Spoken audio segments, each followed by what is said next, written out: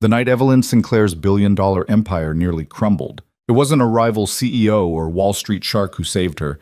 It was a single father in a threadbare suit who Manhattan's elite had invited just to laugh at. Noah Bennett walked into that glittering ballroom carrying secrets that would shatter fortunes, expose betrayals, and prove that the man everyone underestimated understood power better than those who wielded it. This is the story of how the loneliest woman in New York found salvation in the last place she ever expected to look. If you're watching from anywhere in the world, drop your city in the comments below. I want to see how far this story travels. Hit that like button and stay until the very end, because what happens next will change everything you think you know about strength, sacrifice, and second chances. The Metropolitan Arts Center smelled like wealth, not the kind you could buy at department stores, but the type that clung to custom-tailored wool, aged leather, and champagne that cost more per glass than Noah Bennett's monthly electricity bill.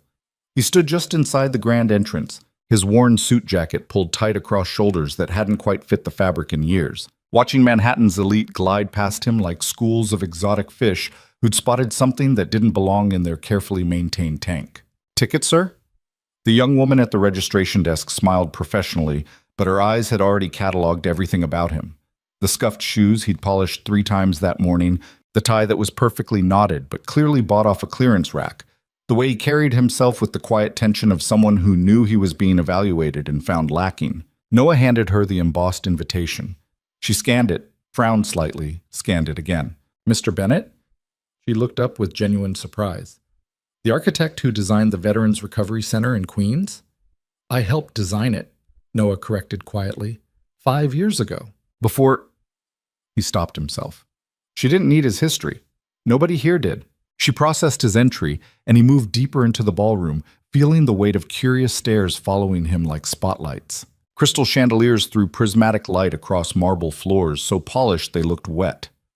Ice sculptures shaped like angels flanked tables loaded with food that was too pretty to eat. Everywhere he looked, people wore clothes that cost more than he made in 6 months. Noah found a corner near the bar and tried to blend into the shadows, which was exactly where Marcus Chen found him. "Well, well." Marcus approached with 2 other men trailing behind him like remoras. "Look who actually showed up. Bennett, right? The guy who used to work with Dalton and Associates before you. What was it? Had a breakdown?" The men with Marcus smirked. Noah recognized the type. Hedge fund managers probably, or tech investors. People who measured their worth in quarterly earnings and judged everyone else accordingly. "I left the firm," Noah said evenly. "Personal reasons." "Personal reasons." Marcus savored the words like expensive wine. That's one way to describe abandoning a partnership track to become a night janitor. "What do you do now, Bennett? Mop floors? Empty trash cans?" "Okay." "Mos. Maintenance supervisor," Noah corrected, keeping his voice flat. "At Riverside Hospital." The 3 men exchanged glances that communicated volumes. Marcus leaned in, lowering his voice to a stage whisper that carried perfectly to the nearby clusters of guests. "Let me guess. They invited you here as charity. The sad single dad project. Makes everyone feel better about themselves." He straightened, addressing the growing audience. "How's that working out for you? Getting to see how the other half lives?" Noah's jaw tightened, but he didn't take the bait. 4 years of raising a 6-year-old daughter alone had taught him that dignity wasn't about winning arguments. It was about refusing to participate in losing ones. "Excuse me?" he said quietly, starting to move past them. Marcus stepped into his path. "Where are you going? The gala's just starting. You should stay. Mingle. Who knows? Maybe someone here needs their penthouse mopped." Laughter rippled through the nearby crowd. Noah felt heat crawl up his neck, but he kept his expression neutral. He'd survived worse than public humiliation. He'd survived watching his wife die in a hospital room while their daughter slept in his arms in the hallway. He'd survived learning that all the money and connections in the world couldn't prevent a drunk driver from running a red light. He'd survived 4 years of emptiness so profound it felt like drowning. This was just noise. Actually, a woman's voice cut through the laughter like a blade through silk. "He's sitting with me." The room didn't exactly fall silent, but the quality of the noise changed. Conversations faltered. Heads turned. Even Marcus Chen, who'd probably never been intimidated by anything in his life, took an involuntary step backward. Evelyn Sinclair stood 5 feet away, and she looked exactly like her magazine covers. Tall, angular, with dark hair pulled back so severely it seemed designed to emphasize the sharp architecture of her face. She wore a black dress that probably cost more than Noah's car, and she carried herself with the kind of absolute certainty that came from owning things most people couldn't even imagine. But it was her eyes that held Noah's attention. They were the color of winter sky, pale gray blue and just as cold, and they were fixed on Marcus Chen with the expression of someone who'd found something unpleasant on the bottom of her shoe. "Ms. Sinclair." Marcus recovered quickly, switching on a smile that belonged in toothpaste commercials. "I didn't realize you knew Mr. Bennett." "I don't." Evelyn's gaze shifted to Noah, and for half a second, something flickered in those cold eyes. Curiosity, maybe, or recognition of some shared experience he couldn't quite identify. "But I'm about to. Come on, Bennett. Our table's this way." She turned and walked toward the main dining area without checking to see if he'd follow. The crowd parted for her automatically, the way water moved around stone. Noah hesitated. Every instinct told him to leave, to walk out of this gleaming cage of wealth and judgment and go home to his daughter. But something about the way Evelyn Sinclair had looked at him, not with pity, not with amusement, but with something almost like alliance, made him follow. Their table was near the front, positioned to maximize visibility. As they approached, Noah realized with dawning horror that this wasn't kindness. This was theater.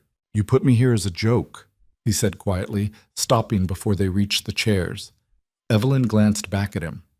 "I didn't put you anywhere. I wasn't even supposed to attend tonight. My assistant handles these things. But when I saw the seating chart, I got curious." "Curious? They seated you next to me because they thought it would be funny. The Ice Queen and the charity case."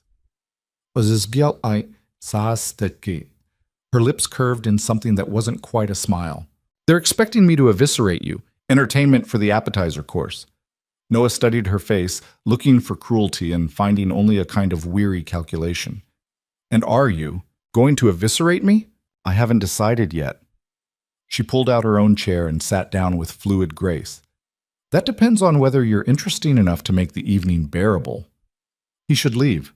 He should absolutely leave. But there was something compelling about her directness, the way she treated the whole situation like a chess match rather than a social event. Noah pulled out the chair beside her and sat. "Fair warning," he said. "I'm terrible at small talk." "Good. I hate small talk." Evelyn picked up her water glass, examining it as if checking for flaws. "Tell me something real, Bennett. Why are you actually here?" The question caught him off guard. Not the polite version people usually asked, "How are you? How's work? Isn't the weather nice?" But something genuine. "The Veterans Recovery Center," he said after a moment. "The one I helped design. It's funding this gala. I thought I should show up, support the cause." "Even though you knew you'd be walking into a room full of people who'd look at you like you're broken?" Noah flinched slightly at her accuracy. "My daughter thinks I'm brave for coming." I didn't want to prove her wrong. Something shifted in Evelyn's expression, so subtle he almost missed it. "How old?" "6. Her name's Lily." "And her mother?" "Dead 4 years ago." "Her?" Evelyn set down her water glass with careful precision. "I'm sorry. Everyone's sorry." The words came out harsher than he intended. Sorry doesn't bring her back. Sorry doesn't help when Lily wakes up crying because she can't remember her mother's voice anymore. Sorry is just noise people make when they don't know what else to say. He expected her to recoil, to write him off as bitter and damaged. Instead, Evelyn looked at him with something that might have been respect. "You're right," she said. "It is just noise. So I won't say it again." He shot. "Mom is sick." The servers began circulating with the first course, something that looked like art and probably tasted like money. Around them, conversation swelled and ebbed, punctuated by laughter that sounded rehearsed. Marcus Chen kept glancing over from his table 3 rows back, clearly waiting for the show to start. "They're staring," Noah observed quietly. "They're always staring. I'm worth $8 billion. Evelyn picked up her fork, examined the food, and set it back down without tasting anything. People stare at money the way they stare at car accidents. They can't help themselves. Is that what you are? A car accident. What? According to Forbes, I'm a cautionary tale. According to Business Insider, I'm a sociopath. According to my board of directors, I'm a liability they're trying to figure out how to eliminate without tanking the stock price. She turned to look at him directly. What do you think I am, Bennett? Noah considered the question seriously. He looked at the woman beside him, not the magazine covers or the net worth or the reputation, but the actual person. He saw the tension in her shoulders, the way her hands never quite settled, the exhaustion behind the cold facade. Lonely, he said finally. I think you're lonely. Evelyn went very still. For a moment, Noah thought he'd crossed a line, said something unforgivable. Then she laughed, a short, sharp sound that had nothing to do with humor. Well, she said softly, that's certainly real. The rest of the first course passed in unexpected silence. Not the awkward kind that needed filling, but the companionable sort that happened between people who'd tacitly agreed to stop performing. Noah ate his food without commenting on it. Evelyn ignored hers entirely. Around them, the gala continued its elaborate dance of wealth and influence. When the servers cleared the plates, a man in an expensive suit approached their table with the confident stride of someone used to commanding attention. Miss Sinclair. He nodded to Evelyn before turning to Noah with an expression of practiced sympathy. And you must be our veteran representative. Thank you so much for your service. I'm not a veteran, Noah said. I'm an architect. Or I was. The man's smile froze. Oh, I apologize. I assumed... You assumed wrong. Evelyn's voice could have cut glass. This is Noah Bennett. He designed the recovery center you're all here to celebrate. Maybe you should try reading the program instead of making assumptions based on someone's tax bracket. The man's face flushed. He muttered something that might have been an apology and retreated quickly. Noah stared at Evelyn. You didn't have to do that. Yes, I did. She reached for her champagne, took a small sip, and grimaced. I hate these events. Everyone's smiling like sharks, pretending they care about causes they'll forget about the moment they walk out the door. It's all performance. Theater for tax deductions. Then why come? Because my company's board thinks I need to work on my public image. Apparently I'm too cold, too remote, too successful without smiling enough about it. Evelyn set down the glass with more force than necessary. They want me to be softer, more approachable, as if being a woman running a tech company worth billions wasn't challenging enough without having to pretend I give a damn about being likable. Noah found himself smiling slightly. I'm guessing you don't care about being likable. I care about being competent. Likable is for people who need approval to function. She paused. You don't care about it either. Being likable, I mean. I can tell. How? Because you're still sitting here, even though everyone in this room is judging you for it. If you cared what they thought, you would have left the moment Marcus Chen opened his mouth. Evelyn tilted her head, studying him. But you didn't. You stayed. Why? Woki. Noah took a breath, considering his answer. Because my daughter asked me what brave looked like, and I realized I couldn't explain it if I kept running away from things that scared me. Brave. Evelyn tested the word like it was foreign. What an interesting choice. You don't think it's brave to stay? I think it's stupid to subject yourself to humiliation for the sake of a lesson. But her voice had lost its edge. Then again, I don't have children. Maybe that changes things. It changes everything, Noah said quietly. The main course arrived. Something elaborate involving lamb and microgreens and reductions that looked like paint strokes. Evelyn poked at it with the disinterest of someone who'd eaten at too many restaurants where the food was secondary to the experience. Do you miss it? She asked suddenly. Architecture. The question hit harder than Noah expected. Every day. Then why? She stopped herself. Sorry, that's invasive. No, it's fair. Noah set down his fork. When my wife died, I had a 2-year-old daughter and a career that required 80-hour weeks and constant travel. I could keep the job and hire nannies to raise Lily, or I could actually be her father. It wasn't really a choice. Most people would have chosen the career. Most people didn't make a promise to their dying wife. Evelyn fell silent. Noah could feel her processing that, turning it over like a complicated equation. When she spoke again, her voice was softer. What did you promise? That Lily would always know she was wanted, that she'd never feel like an inconvenience or an obligation. Noah pushed the expensive food around his plate. Some promises cost more than others. But you kept it. I'm trying to, Huck. Evelyn picked up her champagne, stared at it for a long moment, then set it down untouched. You're not what I expected, Bennett. What did you expect? I don't know. Someone bitter, maybe. Broken. Someone who'd spend the whole night complaining about how unfair life is. She turned to look at him fully. But you're not like that. You're just tired? Present. Evelyn's pale eyes held his. You're actually here. Most people in this room are performing versions of themselves they think will be most useful. But you're just you. It's unsettling. Noah almost laughed. I'm unsettling. That's a first. In a good way. She paused.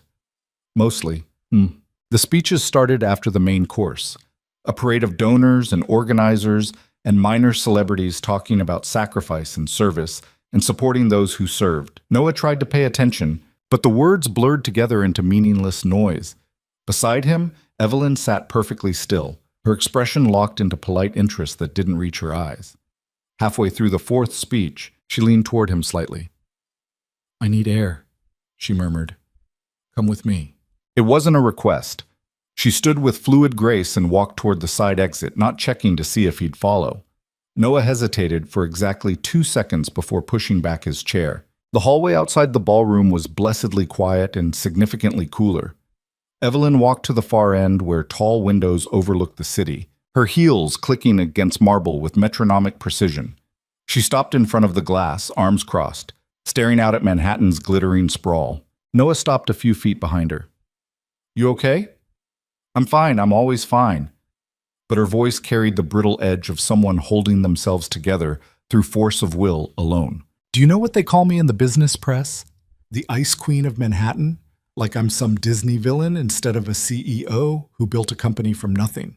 You don't strike me as villainous. You've known me for an hour. An hour's long enough to recognize someone who's tired of performing. Evelyn turned to face him, and for the first time that evening, her expression cracked slightly. You're very observant, Bennett. Comes from raising a 6-year-old who thinks she can lie about eating cookies before dinner. Noah moved to stand beside her at the window. What's really wrong? What makes you think something's wrong? Because nobody who's fine drags a stranger into a hallway to stare at city lights. Evelyn was quiet for a long moment. When she spoke, her voice was barely above a whisper. My company's bleeding. Someone on my senior team is sabotaging projects, tanking deals, planting stories with the press about my instability. I can feel it happening, but I can't prove it. And the board, the same board that's supposed to support me, is already discussing succession plans. They're waiting for me to fail so they can replace me with someone more controllable. Noah absorbed this. Do you know who? I have suspicions, but suspicions aren't evidence. She turned to face him fully. Why am I telling you this? I don't know you. I don't trust anyone. Yet here I am, spilling corporate secrets to a maintenance supervisor I met 2 hours ago. Maybe because I'm a maintenance supervisor, Noah said quietly. I can't use it against you. I have nothing to gain from your company's problems. Maybe that makes me safe. Nothing's safe. But Evelyn's voice had lost its sharp edge. Everything has a cost. Everything's transactional. Not everything. Name one thing that isn't. Noah thought about Lily, about the nights he'd spent holding her while she cried for a mother who'd never come home, about giving up everything he'd worked for just to keep a promise to someone who couldn't even thank him for it. Love, he said simply. Real love isn't transactional. It's just choosing someone every day, even when it's hard, especially when it's hard. Evelyn stared at him like he'd spoken a foreign language. You really believe that? I have to. Otherwise, nothing I've done for the past 4 years makes any sense. Before Evelyn could respond, voices echoed from the ballroom entrance. A group of people spilled into the hallway. 3 men in expensive suits, their faces flushed with alcohol and self-importance. Noah recognized one of them immediately, Jonathan Price, a venture capitalist who'd been featured in a documentary about tech startups. Price saw Evelyn and his expression shifted into something predatory. Miss Sinclair, hiding from your own gala? Taking a break from mediocre speeches and worse champagne, Evelyn replied coolly. Was there something you needed, Jonathan? Just wondering if you'd given any thought to our proposal. The board's interested in bringing in some outside expertise to help stabilize the ship. Price's smile was all teeth. No shame in admitting when things have gotten too complicated for one person to handle. I'm handling things just fine. Are you? Price glanced at his companions. Because the quarterly numbers tell a different story. Missed projections, failed product launches. That disastrous interview with Bloomberg where I told the truth about industry practices, Evelyn interrupted, which apparently makes me unstable instead of honest. It makes you a liability. Price took a step closer. Look, we're trying to help. Take a step back. Bring in someone with actual experience managing companies at scale. I built the company, Evelyn said, her voice dropping into registers that suggested danger. From nothing. Every line of code, every business strategy, every risk that paid off, that was me. I don't need help from people whose only contribution is knowing how to spend other people's money. Price's expression hardened. You need help from someone. The board's losing confidence. The investors are nervous. Keep going like this, and you won't have a company to mismanage. Noah felt Evelyn tense beside him, saw the micro-expressions that suggested she was calculating responses and discarding them. Before he could think better of it, he spoke up. Sounds like you're pretty invested in her failing. All three men turned to look at him, as if noticing his presence for the first time. Price's eyes narrowed. I'm sorry, who are you? Me. Nobody important, Noah said evenly. Just someone who's noticed that you're awfully interested in convincing Ms. Sinclair she can't do her job. Makes a person wonder why. I don't need to justify myself to... To who? A maintenance supervisor? Noah met Price's glare without flinching. You're right, I'm nobody. Which means I've got nothing to lose by asking uncomfortable questions. Like why you're so eager to push her out instead of actually helping. Or why you'd corner her at a charity gala to threaten her in front of witnesses. Price's face flushed dark red. I wasn't threatening. Sounded like a threat to me. Noah kept his voice calm, conversational. But like I said, I'm nobody important. What do I know? For a long moment, nobody moved. The hallway felt thick with tension, like the air before a thunderstorm. Then Price smiled, a cold, calculating expression that made Noah's instincts scream warnings. You're right, Price said softly. You don't know anything, and you should probably keep it that way. He turned back to Evelyn. We'll continue this conversation when you're ready to be reasonable. Enjoy the rest of your evening. The three men walked back toward the ballroom, their voices dropping to murmurs Noah couldn't quite hear. When they'd gone, Evelyn turned to him with an expression he couldn't quite read. That was incredibly stupid, she said. Probably. Jonathan Price is one of the most connected investors in Manhattan. He could make your life very difficult. My life's already difficult. Noah shrugged. At least now it's difficult for a reason.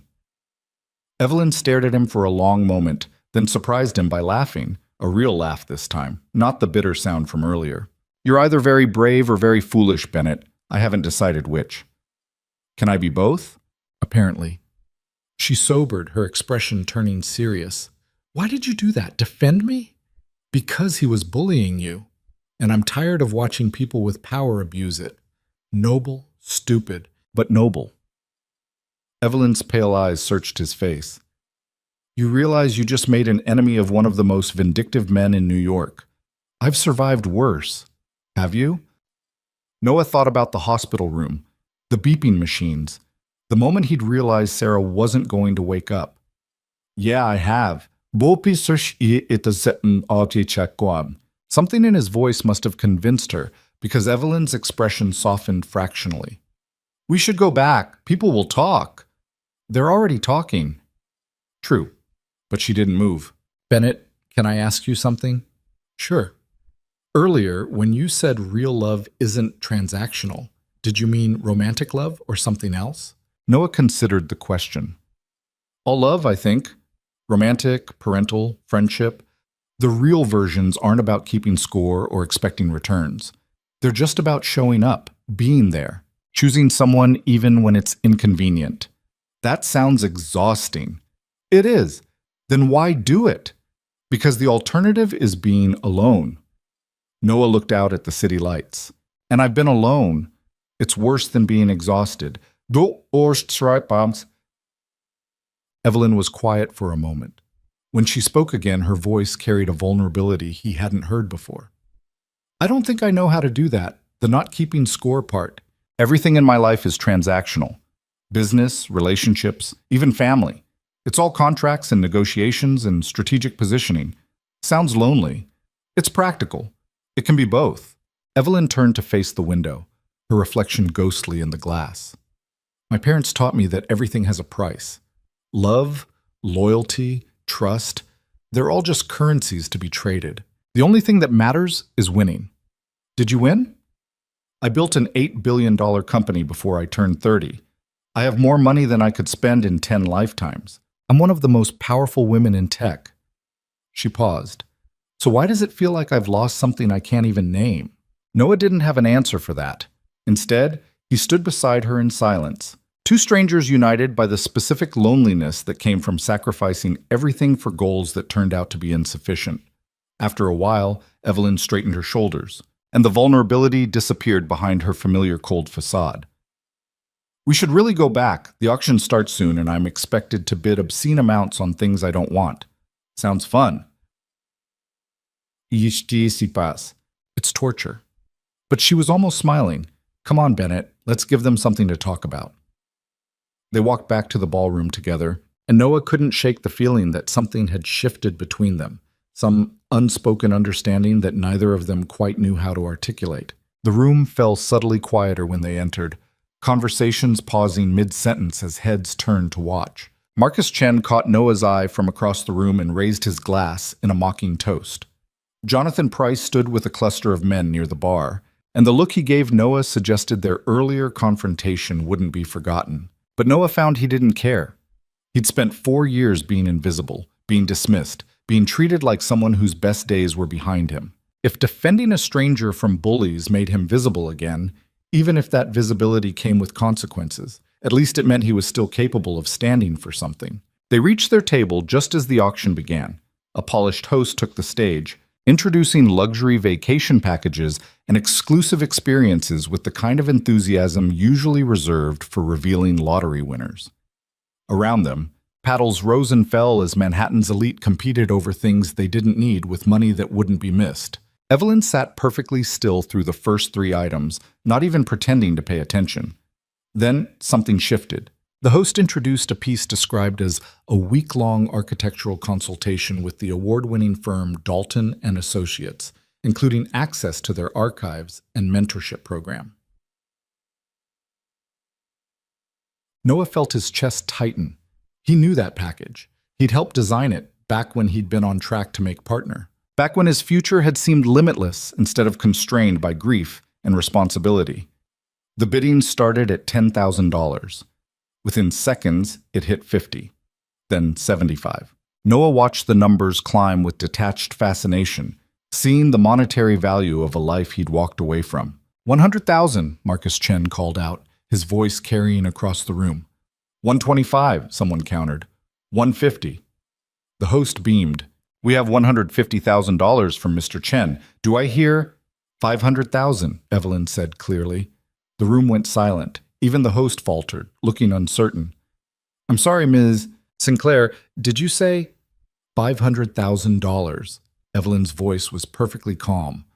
For the Dalton and Associates package.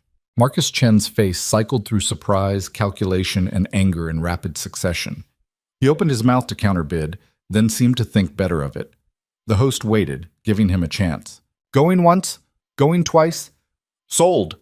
To Ms. Evelyn Sinclair for $500,000. Polite applause rippled through the crowd, but underneath it ran currents of confusion and speculation. Noah turned to Evelyn, who sat with the same cold expression she'd worn all evening. Why did you do that? He asked quietly. Because Marcus Chen wanted it. and I dislike him. She picked up her water glass. Also because you clearly wanted it, and I dislike him more than I dislike you. That's $500,000. I'm aware. For something I'll never use. Evelyn finally looked at him. Who says you won't use it? I'm a night maintenance supervisor. I don't have time for mentorship programs or architectural consultations. Then make time. Her voice was sharp. Or don't. I don't actually care what you do with it, but stop acting like your life is over just because it didn't turn out the way you planned. The words hit like a slap. Noah felt anger flash through him, hot and sudden and unfamiliar. You don't know anything about my life.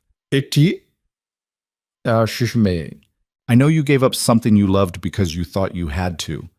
I know you're sitting at a gala wearing a suit that doesn't fit, surrounded by people who look down on you, trying to teach your daughter about bravery while you're slowly disappearing. Evelyn's pale eyes were relentless. I know what that looks like because I see it in the mirror every morning. The only difference is I'm drowning in money instead of grief. Noah opened his mouth to argue, then closed it, because she was right, about all of it. The auction continued around them, but Noah barely heard it. He sat in stunned silence, processing Evelyn's words, feeling something crack open inside his chest that he'd kept carefully sealed for 4 years. When the last item sold and the crowd began drifting toward the dance floor, Evelyn stood with fluid grace. I'm leaving, she said. This was sufficiently terrible, and I've met my obligation. She paused, looking down at him. For what it's worth, Bennett, you're not nearly as broken as you think you are. You're just scared, and that's different. She turned to walk away, but Noah found himself speaking before he could stop himself. Wait, Evelyn paused, glancing back. Thank you, Noah said quietly. For the bid. For defending me to that investor. For... He trailed off, not quite sure how to finish. For treating you like a person instead of a charity case? Evelyn's smile was slight but genuine. You're welcome. Try to do the same for yourself sometime. She walked away, leaving Noah sitting alone at the table surrounded by empty champagne glasses and unfinished food. Around him, Manhattan's elite laughed and danced and pretended their lives had meaning beyond the numbers in their bank accounts. But Noah barely noticed them. He was too busy thinking about what Evelyn had said, about being scared instead of broken, about disappearing, about the difference between grief and hiding. His phone buzzed in his pocket, a text from Mrs. Rodriguez, his neighbor who was watching Lily. She's asleep, wore her princess dress the whole time because she said she was practicing being fancy like Daddy at his party. Take your time. We're fine. Attached was a photo of Lily curled up on the couch, still wearing her plastic tiara, one small hand clutching the stuffed rabbit Sarah had given her the week before she died. Noah stared at the image, feeling something shift in his chest. His daughter was practicing being brave by wearing a costume, and he was practicing by sitting in a room full of people who didn't matter, defending strangers, getting called out by billionaires who saw through his carefully constructed walls. Maybe Evelyn was right. Maybe he wasn't broken. Maybe he was just terrified of wanting things again, of reaching for a future that might disappear the moment he touched it. He stood, straightening his threadbare jacket, and walked toward the exit. Behind him, the gala continued without pause. Nobody noticed him leaving. Nobody ever did. But outside, under Manhattan's indifferent stars, Noah Bennett took a breath that felt like the first one in years. And for the first time since Sarah died, he let himself consider the possibility that his story wasn't finished. It had just been waiting for him to be ready to write the next chapter. He didn't know yet that the woman in the black dress would end up being the catalyst for everything that followed. Didn't know that defending her would set in motion a chain of events that would expose corruption, shatter illusions, and force both of them to confront the difference between surviving and living. All he knew was that tonight, for the first time in 4 years, he'd felt something other than numb. And maybe, just maybe, that was enough to start with. Noah woke the next morning to Lily jumping on his bed with the subtle grace of a caffeinated kangaroo. Daddy, Daddy, did you meet a princess? She bounced harder. Her plastic tiara sitting crooked on her head. Mrs. Rodriguez said fancy parties have princesses. Noah groaned, pulling the pillow over his face. It's 6 in the morning, Lil. Well, that's basically afternoon. She yanked the pillow away with surprising strength for someone who weighed 40 pounds. Tell me everything. Was there a castle? Did you wear a crown? Did anyone try to poison you with an apple? Wrong story. Noah sat up, rubbing his eyes. Sunlight streamed through the thin curtains of their small apartment, illuminating the familiar chaos of Lily's scattered toys and his work boots by the door. And no princesses, just regular people in expensive clothes. Woot. Boring. Lily flopped dramatically across his legs. Mrs. Rodriguez showed me pictures on her phone. There were fancy dresses and sparkly lights, and everything looked like a movie. Noah's phone buzzed on the nightstand. He reached for it, expecting a shift notification from the hospital. Instead, he found 3 missed calls from a number he didn't recognize and a text message that made his stomach drop. This is Evelyn Sinclair. We need to talk. Can you meet me at Brennan's Coffee on 47th at 10 a.m.? It's important. Lily peered at the screen. Who's Evelyn? Someone I met last night.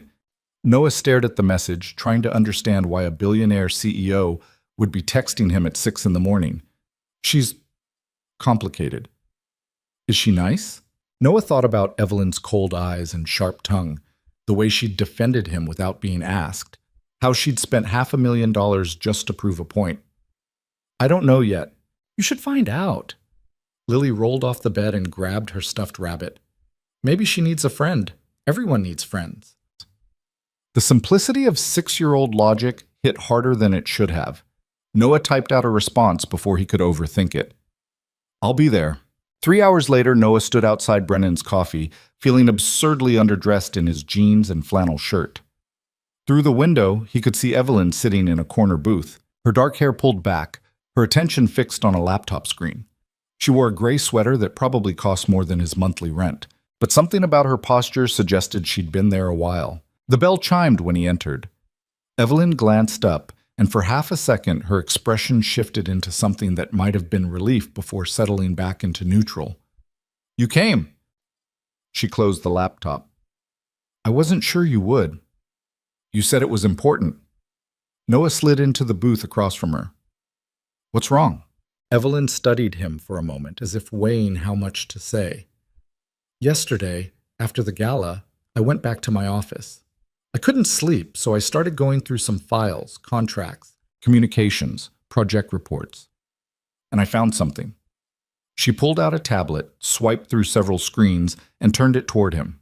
Noah saw what looked like internal company emails, financial documents, meeting notes.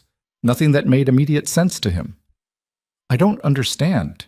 3 months ago, my company was supposed to finalize a partnership with a European tech firm. It was a huge deal, worth potentially billions in future revenue. The negotiations were almost complete when everything fell apart. Evelyn's voice was controlled, but tension ran underneath like electrical current. We were told the other company backed out due to concerns about our financial stability, which made no sense because our numbers were solid. Last night, while everyone was at the gala, someone accessed my personal server from inside the building. They were looking for specific files related to that partnership. She tapped the screen. Security flagged it this morning, and when I started digging, I found communications I'd never seen before. Emails sent from my account to the European firm, making demands I never made, threatening to pull out of the deal if they didn't meet conditions I never set. Noah felt his stomach tighten. Someone impersonated you. Someone with access to my private server, my email protocols, and detailed knowledge of the negotiation terms. Evelyn's pale eyes were hard. Someone inside my own company sabotaged a multi-billion-dollar deal and made it look like I did it. The board members, the ones who want you out. Yes, that's what I thought at first, but the timing's wrong. She pulled the tablet back, swiping through more documents. This happened before Jonathan Price and his allies started making noise about replacing me. This is what gave them ammunition. Someone set this up months ago, then waited for it to explode. Noah processed this, his architect's mind automatically looking for structural flaws in the logic. You said someone accessed your server last night. What were they looking for? Evidence, probably. Making sure I hadn't discovered the fake emails. Evelyn's jaw tightened. But I changed my security protocols 2 weeks ago after another breach attempt. They couldn't get in, which means they know I'm looking, which means they're going to escalate. Why are you telling me this? The question seemed to catch Evelyn off guard. She leaned back in the booth, studying him with that same unsettling intensity from the gala.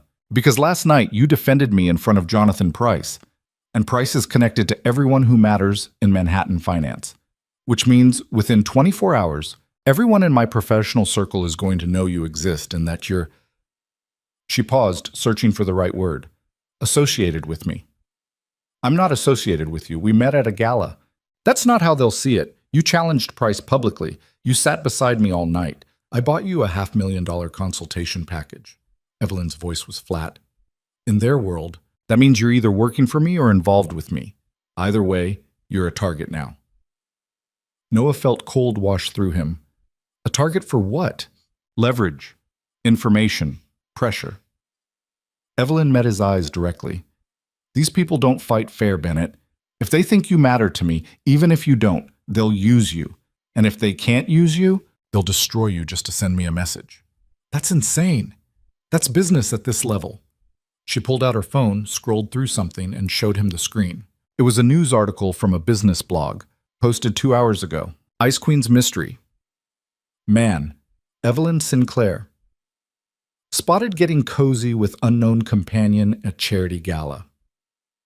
Below the headline was a photo of them in the hallway, Evelyn standing close, Noah's face partially visible, both of them clearly deep in conversation. The caption speculated about everything from secret relationships to corporate espionage. Noah's chest tightened.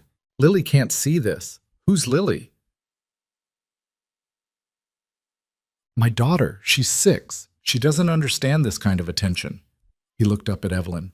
You need to issue a correction. Tell them I'm nobody. That we barely talked. I can't do that. Why not? Because the moment I deny it, they'll dig harder. They'll find out who you are, where you work, who you care about. At least this way, while they're speculating, your daughter stays anonymous. Evelyn's expression was unreadable. I'm sorry, I didn't think they'd move this fast.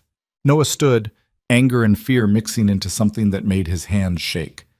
I can't have my daughter's face in the tabloids because I made the mistake of sitting next to you at a gala. Sit down, Bennett. Evelyn's voice wasn't loud, but it carried command. Please! Something in her tone made him pause. He sat, jaw clenched, waiting. I know I'm asking a lot, Evelyn said quietly.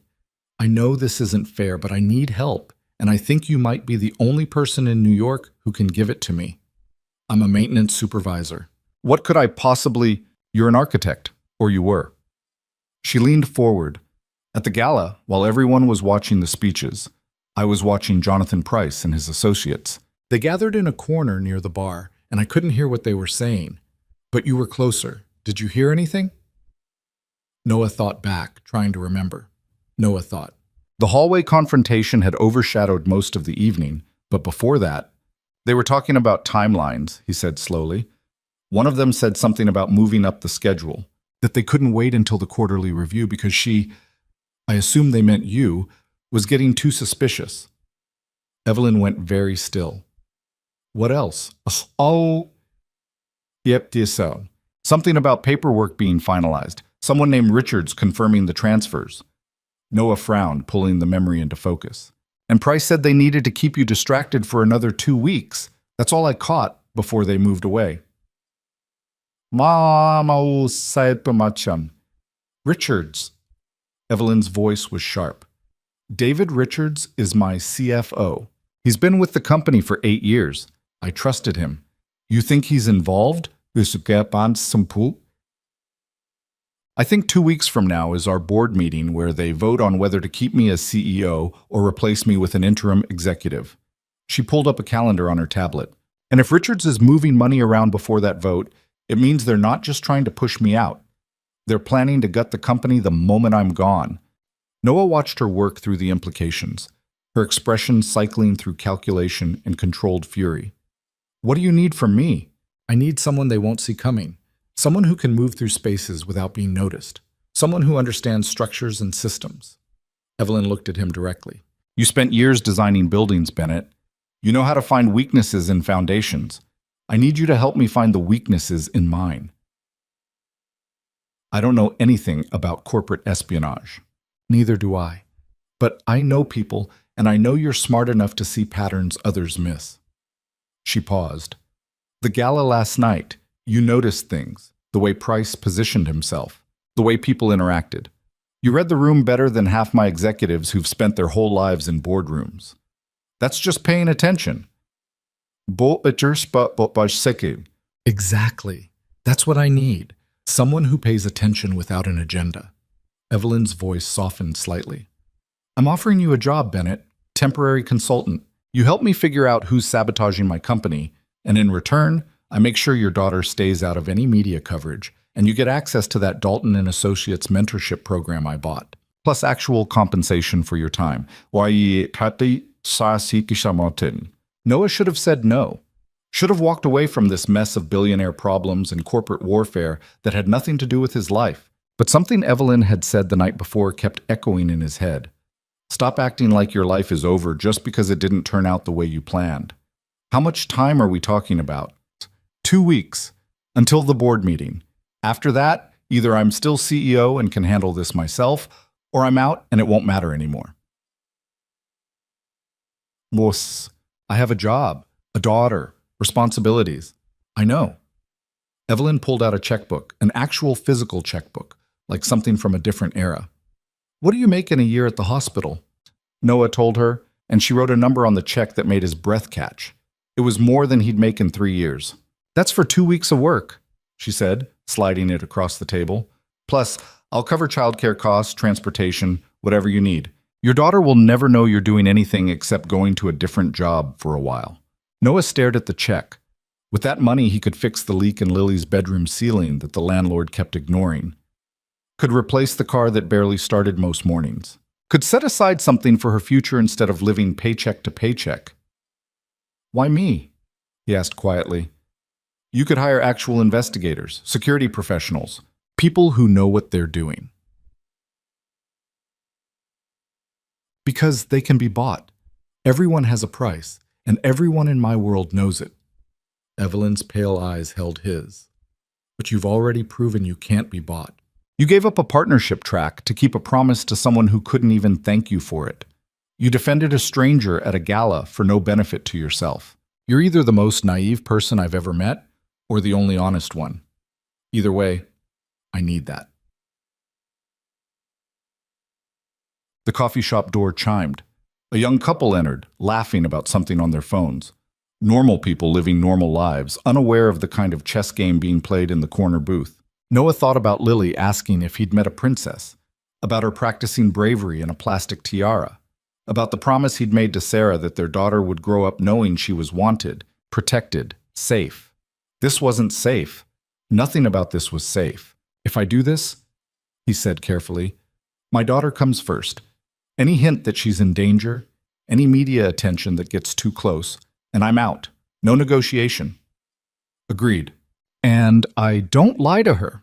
She doesn't need to know details, but I won't tell her I'm somewhere I'm not. Fair. And you need to understand that I might be completely useless at this. I'm an architect, not a spy. You're someone who sees structures, Evelyn corrected. That's enough. Noah picked up the check, folded it carefully, and put it in his pocket. When do we start? For the first time since he'd met her, Evelyn smiled, a real smile that reached her eyes and transformed her entire face. Right now. There's someone I need you to meet. They left the coffee shop together, Evelyn moving with the kind of purposeful stride that made people unconsciously step aside. She led him 3 blocks to where a black car waited, the driver standing at attention like he'd been there all morning. Bennett, this is Marcus. He'll be driving us when needed. Evelyn slid into the back seat. Marcus, this is Noah Bennett. He's working with me for the next 2 weeks. Treat him accordingly. Marcus nodded, his expression neutral but his eyes sharp, assessing Noah the way security professionals assess potential threats. Noah climbed in beside Evelyn, feeling deeply out of place in the leather interior that probably cost more than his apartment's deposit. Where are we going? My office. There's someone on my team I trust, one of the few, and you need to meet her. Evelyn pulled out her phone, typing rapidly. Victoria Chen is my head of security. She's been investigating the breaches quietly, but she can't move openly without tipping off whoever's responsible. You'll work with her. Wait, Chen? Is she related to Marcus Chen? No relation, common name. Evelyn glanced at him. Why? Just making sure I'm not walking into a trap, Eek. If I wanted to trap you, Bennett, I'd use much better bait than corporate espionage. The car moved smoothly through Manhattan traffic, and Noah watched the city slide past. His city, suddenly looking unfamiliar through tinted windows and from the back seat of a luxury vehicle. His phone buzzed, a text from Mrs. Rodriguez. Lily wants to know if you're coming home for lunch. I told her you had work. She's making you a drawing. Noah typed back a response, guilt sitting heavy in his chest. He was lying to his daughter, not directly, but by omission, which felt worse somehow. Second thoughts? Evelyn asked, watching him. Just thinking about what I'm getting into. Regret? Not yet, but ask me again in a week. The car pulled up in front of a sleek glass tower in Midtown. Evelyn's building, apparently. 60 stories of steel and ambition with her company's logo displayed prominently above the entrance. The lobby was all marble and sharp angles, filled with young professionals moving with the efficient urgency of people who measured their worth in productivity. They took a private elevator to the top floor. When the doors opened, Noah stepped into a space that looked like it belonged in a design magazine. Floor-to-ceiling windows overlooking the city, minimalist furniture that was probably uncomfortable on purpose, and a reception desk staffed by a woman who looked like she could kill someone with a letter opener and get away with it. Ms. Sinclair. The receptionist's expression flickered with surprise. I didn't know you were coming in today. Unscheduled meeting with Victoria. Is she in her office? Yes, but... The receptionist glanced at Noah. Should I announce you? No need. Evelyn walked past the desk without slowing. Hold my calls. All of them. They moved down a hallway lined with abstract art that Noah suspected was worth more than his childhood home. Evelyn stopped at a door marked security and knocked once before entering. The office inside was a stark contrast to the minimalist aesthetic of the rest of the floor. Computer monitors covered 2 walls, displaying what looked like security feeds from throughout the building. A woman in her 40s sat at the central desk, her dark hair streaked with gray, her expression somewhere between exhausted and furious.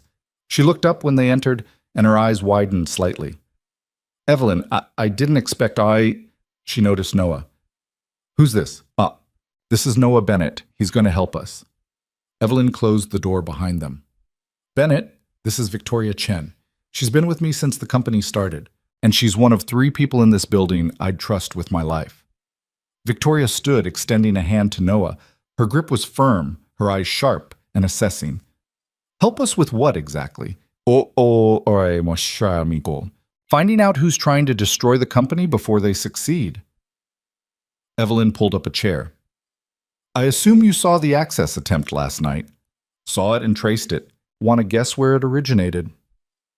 Victoria didn't wait for an answer.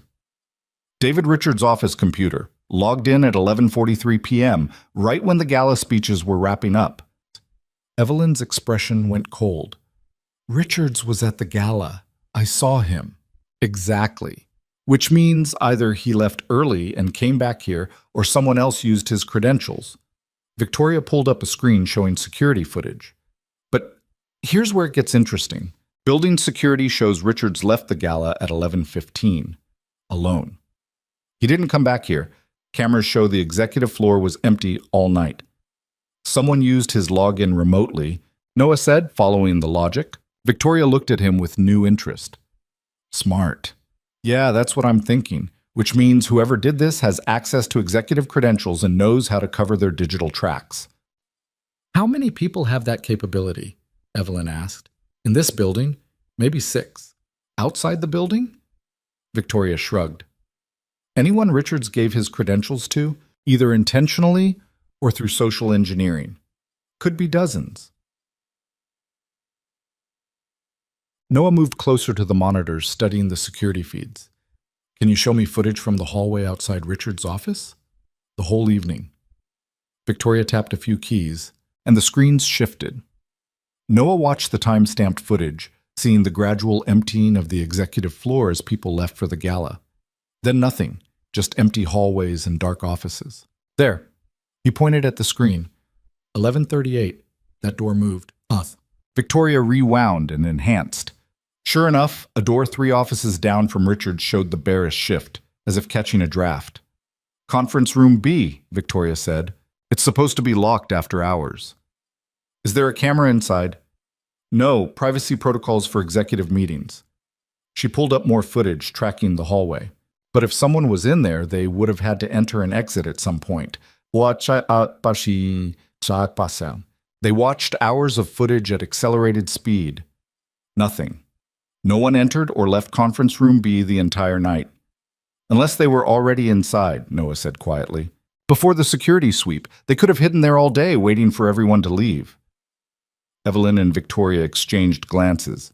That would require knowing the security sweep schedule, Evelyn said, and having access to bypass motion sensors in the conference room, Victoria added, both of which point to someone with serious inside knowledge.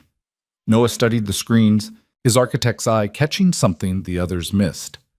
That conference room shares a wall with Richard's office, doesn't it? Victoria pulled up a building schematic. Yeah, why? Because if someone knew the layout well enough, they wouldn't need to enter Richard's office physically. They could access his computer through the shared network port in the conference room wall. It's a maintenance access point. Most people don't even know they exist. Both women stared at him. Victoria's expression shifted from skeptical to impressed. How do you know about network access points in walls? I designed buildings for 8 years. You learn where everything actually goes versus where the floor plans say it goes. Noah pointed at the schematic. Those access points are supposed to be secured, but in practice, maintenance crews bypass them all the time for easier troubleshooting. If someone knew what they were looking for, they could hardwire directly into the network and use Richard's credentials without ever entering his office, Victoria finished. She pulled up more data, typing rapidly. The network logs would show the access coming from Richard's terminal, but the physical connection would be somewhere else entirely. Can you check the logs from that conference room? Evelyn asked. Victoria's fingers flew across the keyboard. Lines of code scrolled past, meaningless to Noah, but apparently significant to her. There. Network activity from conference room B at exactly 11:43. Someone plugged a device into the wall port and accessed the executive server using Richard's credentials. Do we have any footage of who entered that room earlier in the day? Noah asked. More typing, more footage. Victoria pulled up the morning security feeds and ran them at high speed. At 7:45 a.m., a figure in maintenance coveralls entered conference room B carrying a toolbox. The person kept their head down, face hidden by a baseball cap. Can you enhance that? Evelyn leaned forward. Victoria tried, but the image quality was too poor. The figure remained anonymous, average height, average build, nothing distinguishing except the maintenance uniform. That could be anyone, Victoria muttered. We have 30 people on the maintenance staff. Check the sign-in logs, Noah suggested. Real maintenance would have logged a work order for any repairs in that room. Victoria pulled up the records. Nothing. No scheduled maintenance for conference room B that day or that week. So someone dressed as maintenance, walked in with a toolbox, and no one questioned it, Evelyn said. How is that possible with your security protocols? Because maintenance has baseline access to most areas for repairs, Victoria admitted. The uniform is basically a free pass as long as you're not trying to enter executive offices or secured data rooms. Everyone just assumes you're supposed to be there. Noah felt pieces clicking together in his mind. Your company has real maintenance staff, janitorial crews, repair technicians, building engineers. But no one actually knows all of them by sight, right? We have over 200 employees in this building, Victoria said. No, security doesn't personally know every maintenance worker. So anyone wearing the right uniform could walk in, set up their access point, and walk out. They could come back later after hours, access the network remotely from the conference room, and leave without ever being questioned. Noah looked at Evelyn. This wasn't opportunistic. This was planned by someone who understands your building's infrastructure and security protocols intimately. Someone who's been here long enough to know the blind spots, Evelyn said quietly. Victoria's expression was grim. That narrows it down to maybe 50 people. All executives or senior staff who've been with the company for years. Can you get me a list? Noah asked. Everyone who's been here longer than 3 years and has detailed knowledge of building operations. I can, but it'll take time, and we have to be careful. If word gets out that we're investigating internally, whoever's doing this will destroy evidence and disappear. Evelyn stood, pacing to the windows. The city sprawled below her, indifferent to corporate conspiracies and betrayals. We have 2 weeks until the board meeting. That's not enough time for a careful investigation. Then we don't investigate carefully, Noah said. Both women looked at him. You want to find weaknesses in your foundation, right? Stop looking at the surface. Look at what's supporting everything underneath. I don't follow, Victoria said. Noah moved to the building schematic, studying it with professional eyes. Every building has critical support systems. Electrical, plumbing, data networks, HVAC. If someone wanted to sabotage a company from the inside, they wouldn't just steal data.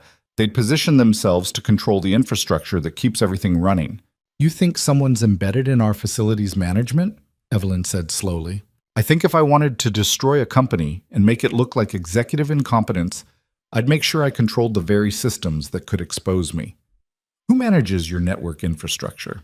Victoria pulled up an org chart. IT department, headed by James Keller. He's been here 5 years. And your building operations? The people who actually maintain the physical space? That's contracted to an outside firm, Meridian Building Services. They've had our account for 3 years. Noah felt something click. An outside firm, which means they have different security clearances than your actual employees, different background checks, different oversight. They're bonded and insured, Victoria protested. We vetted them thoroughly before signing the contract. 3 years ago. Have you re-vetted them since? Silence. Victoria's expression shifted from defensive to thoughtful. No. Once a contractor's approved, they stay approved unless there's a specific incident. So someone could join that company after the initial vetting, gain access to your building through legitimate maintenance work, and no one would flag it because the company itself was already approved. Noah looked at Evelyn. You're not just dealing with a corporate betrayal. You're dealing with someone who engineered long-term access to every system in your building. Evelyn's face had gone very pale. Richards couldn't have set this up alone. He's CFO, not operations. Which means he's working with someone, Victoria said. Or for someone. Noah's phone buzzed again. Another text from Mrs. Rodriguez, this time with a photo attached. Lily had drawn a picture of what was apparently him at the fancy party. A stick figure in a crooked tie surrounded by stars and hearts. The caption, written in her careful 6-year-old handwriting, said, Daddy the bravest. The image hit him harder than it should have. He was standing in a corporate security office, helping to uncover a conspiracy that could destroy billions in value, and his daughter thought he was brave for wearing a tie to a gala. Bennett? Evelyn was watching him. You still with us? Yeah, he pocketed the phone. Sorry, just, life. Your daughter? He nodded, not trusting his voice. Evelyn's expression softened fractionally. We can stop. If this is too much, it's not too much. It's just real. He looked at the building schematic again, pushing away the guilt.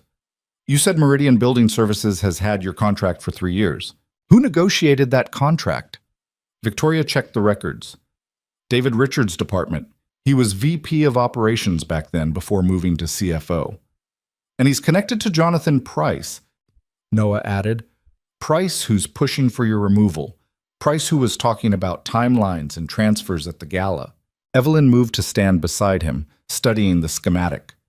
You're saying Richards brought in a compromised contractor 3 years ago, positioned himself to become CFO, and has been systematically sabotaging the company from the inside while waiting for the right moment to execute a takeover. I'm saying it's a possibility worth investigating. Best might be worth saying. That's not just corporate espionage, Victoria said quietly. That's conspiracy to commit fraud, theft of intellectual property, breach of fiduciary duty. If we can prove it, Richards and everyone involved goes to prison. And if we can't prove it, Noah asked, then at the board meeting in 2 weeks, they vote Evelyn out install whoever they want as interim CEO, and bleed the company dry while covering their tracks. Victoria's expression was hard. We need evidence. Real, courtroom-quality evidence, not speculation. Then we get evidence. Evelyn turned to Noah. You said you wanted to look at support systems. Where do we start? Boss. Noah thought about structures and foundations, about the way buildings revealed their secrets if you knew where to look. We start with the maintenance logs. Every repair, every work order, every time someone from Meridian accessed your building. We map it against the timeline of your company's problems, the failed partnerships, the data breaches, the security incidents. We look for patterns. That could be thousands of entries, Victoria warned. Then we better get started. Noah checked his watch. I need to be home by 6 for dinner with my daughter, but until then, I'm yours. Evelyn and Victoria exchanged glances. Then Evelyn pulled out her phone and made a call. Sarah? It's Evelyn Sinclair. I need you to clear my schedule for the next 2 weeks. Everything. Board meetings, investor calls, all of it. Reschedule or delegate. She paused, listening. Because I'm about to either save my company or watch it burn, and I'd rather focus on the former. Thank you. She hung up and looked at Noah. Welcome to the team, Bennett. Try not to get yourself killed. The maintenance logs painted a story that made Noah's chest tighten with recognition. He sat in Victoria's office surrounded by printouts and spreadsheets, marking patterns that shouldn't exist but absolutely did. Evelyn paced behind him, coffee in hand, watching him work with the intensity of someone whose entire empire hung on what he might find. There! Noah circled another date.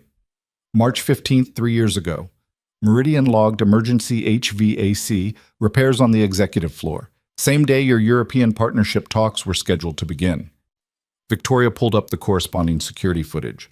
Conference room A. The HVAC unit was fine. Facilities tested it 2 days earlier during routine maintenance. But the repair gave them access to the room where the negotiations happened, Evelyn said. They could have planted listening devices, cameras, anything. Noah flipped through more pages, his architect's training making connections that others might miss. Here's another one. June 8th.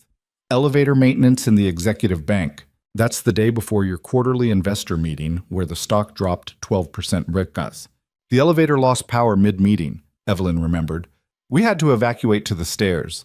It delayed everything by 2 hours, and by the time we reconvened, someone had leaked preliminary numbers to the press.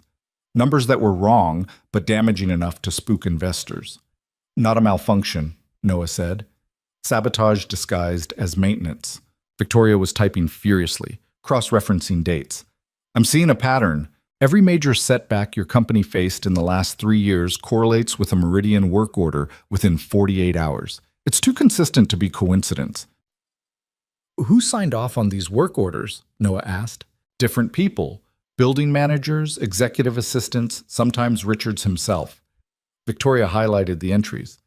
But they all went through the same approval process, and they all required one person's final authorization.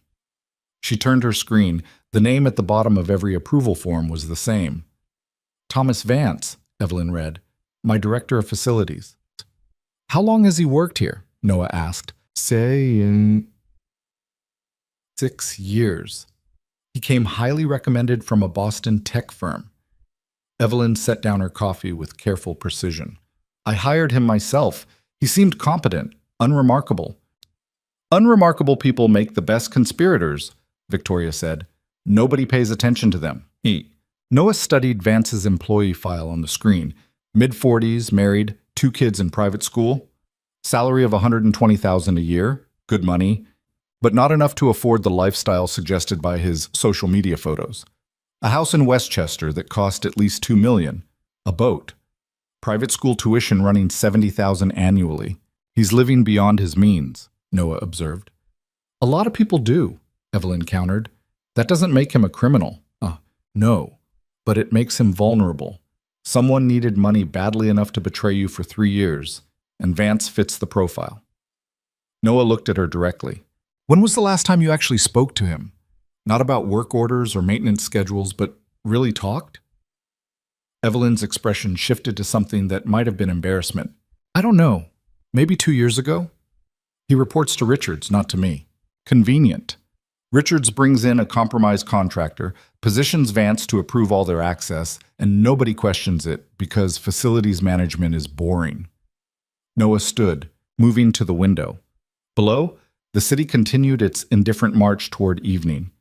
We need to talk to Vance, see if he cracks. No. Victoria's voice was sharp. If we confront him and he's guilty, he'll warn everyone involved. We'll lose any chance of catching them in the act. Then what do you suggest? Victoria pulled up a calendar. The board meeting is in 11 days. If Richards and his allies are planning a takeover, they'll need to move money and assets before then, clean out what they can while making it look like standard operations. We watch Vance. We monitor every work order, every access request, every movement. And when they make their move, we catch them. That's a lot of waiting, Noah said. Investigation is 90% waiting, Victoria replied. The other 10% is hoping you didn't miss something crucial. Evelyn checked her watch. Bennett, it's 4:30. Don't you need to leave soon? Noah felt guilt spike through him. Lily. He'd been so absorbed in corporate conspiracy that he'd nearly forgotten about the 6-year-old waiting for him at home. Yeah, I should go. Marcus can drive you. Evelyn pulled out her phone. I can take the subway. Talk. Marcus can drive you, Evelyn repeated in the tone that suggested the conversation was over. And tomorrow, we continue this. Victoria will set up surveillance on Vance. You'll review more maintenance records. Look for anything we missed. We have 11 days to build a case. Noah nodded, but something in Evelyn's expression made him pause. She looked exhausted in a way that had nothing to do with physical tiredness, the kind of bone-deep weariness that came from fighting battles with no clear end. When's the last time you went home? He asked quietly. I live here most nights. Penthouse apartment on the 60th floor. She gestured vaguely upward. Home's just somewhere else to work. That's not healthy. Neither is letting people destroy everything you built. But her voice lacked conviction.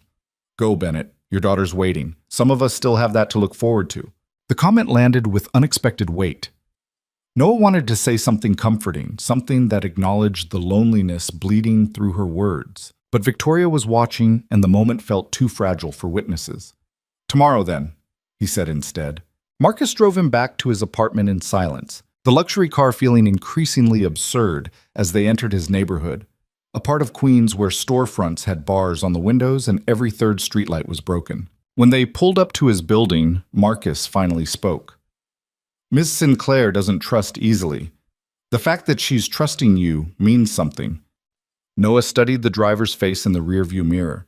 You think I'm making a mistake? I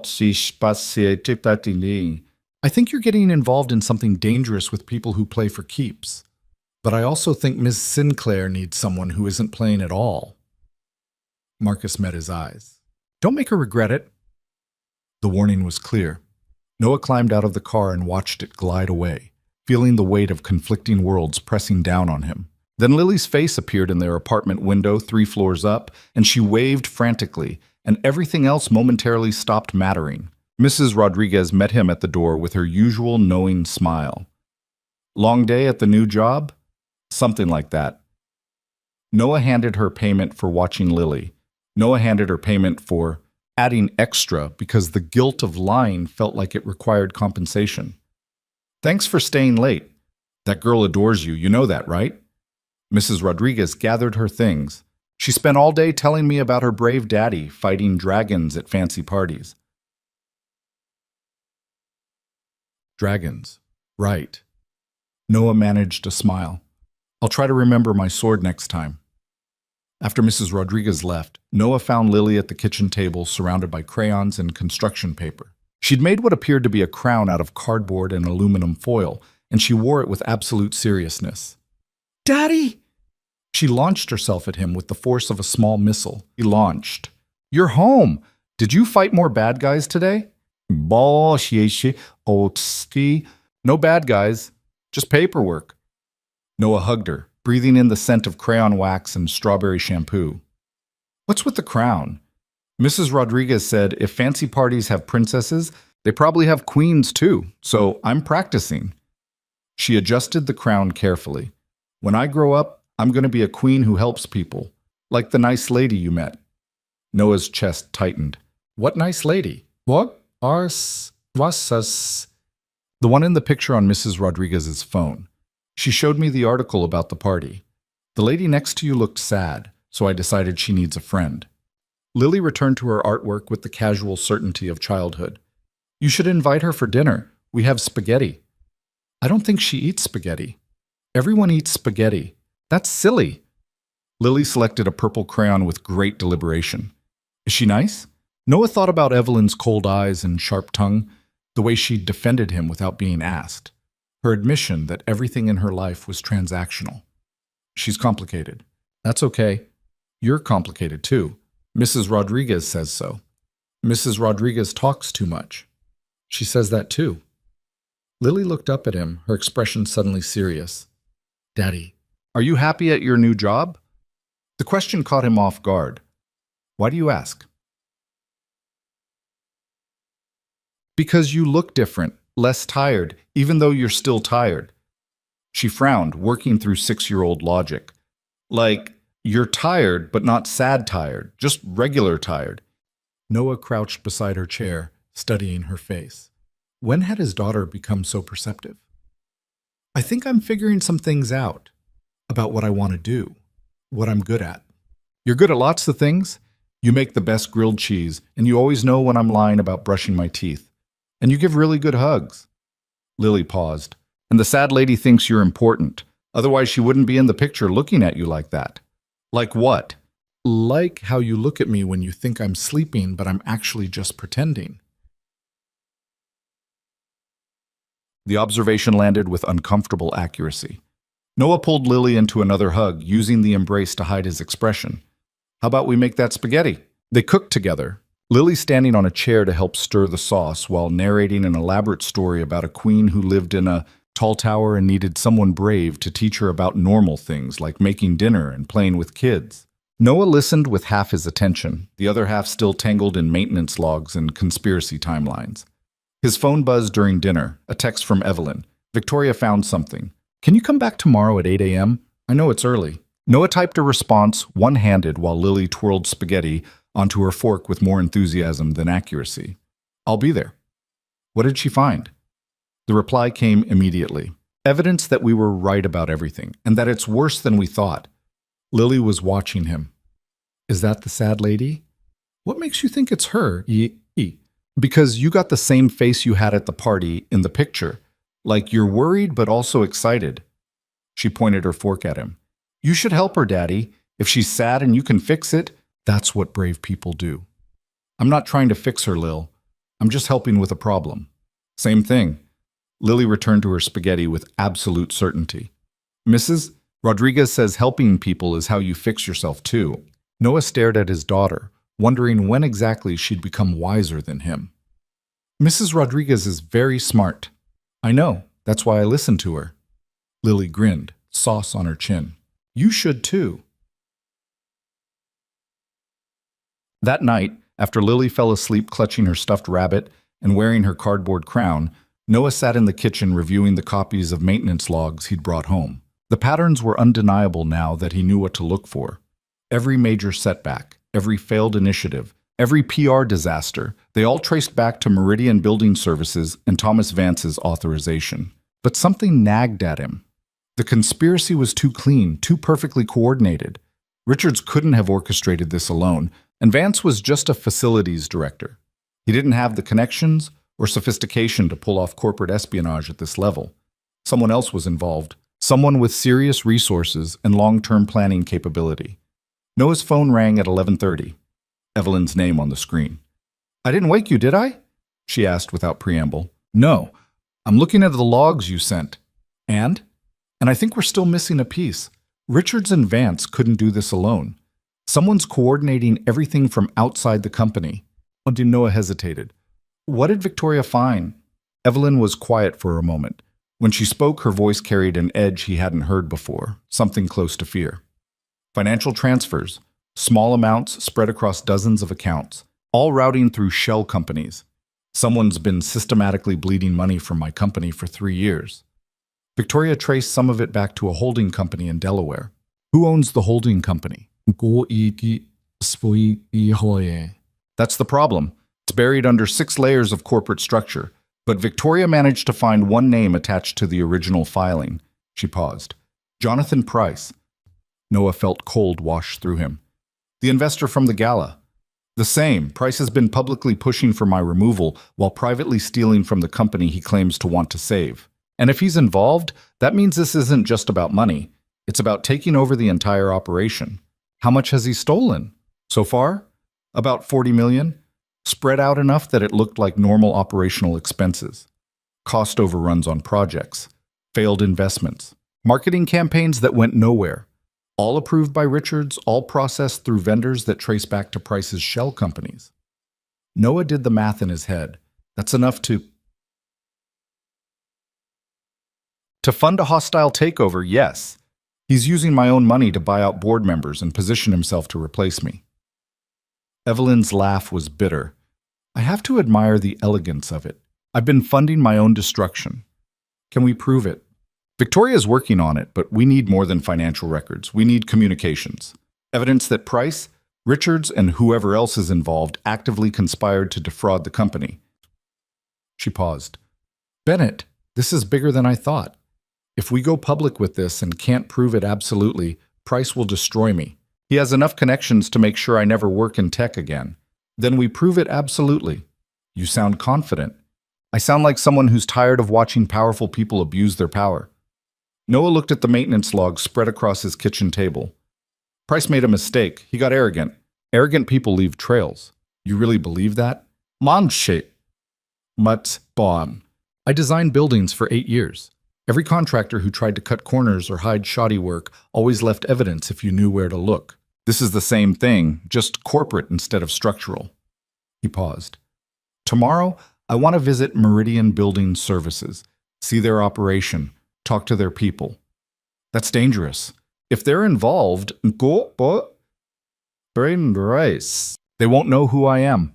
I'll go as a potential client, someone looking to hire them for a different building, just a fact-finding mission. Evelyn was silent for a long moment. I don't like it. You don't have to like it. You just have to trust that I know what I'm doing. Do you? Know what you're doing? Noah thought about Lily sleeping in the next room, about the check in his wallet that could change their lives, about the promise he'd made to always choose her first. Honestly, no, but I'm figuring it out as I go. That's either very honest or very concerning. Can it be both? He heard what might have been a smile in her voice. Get some sleep, Bennett. Tomorrow's going to be complicated. Tomorrow's already here, he pointed out. It was past midnight. Then today's going to be complicated. She paused. Thank you for doing this. You didn't have to. Yeah, I did. You gave me a reason to remember what I'm good at. That's worth something.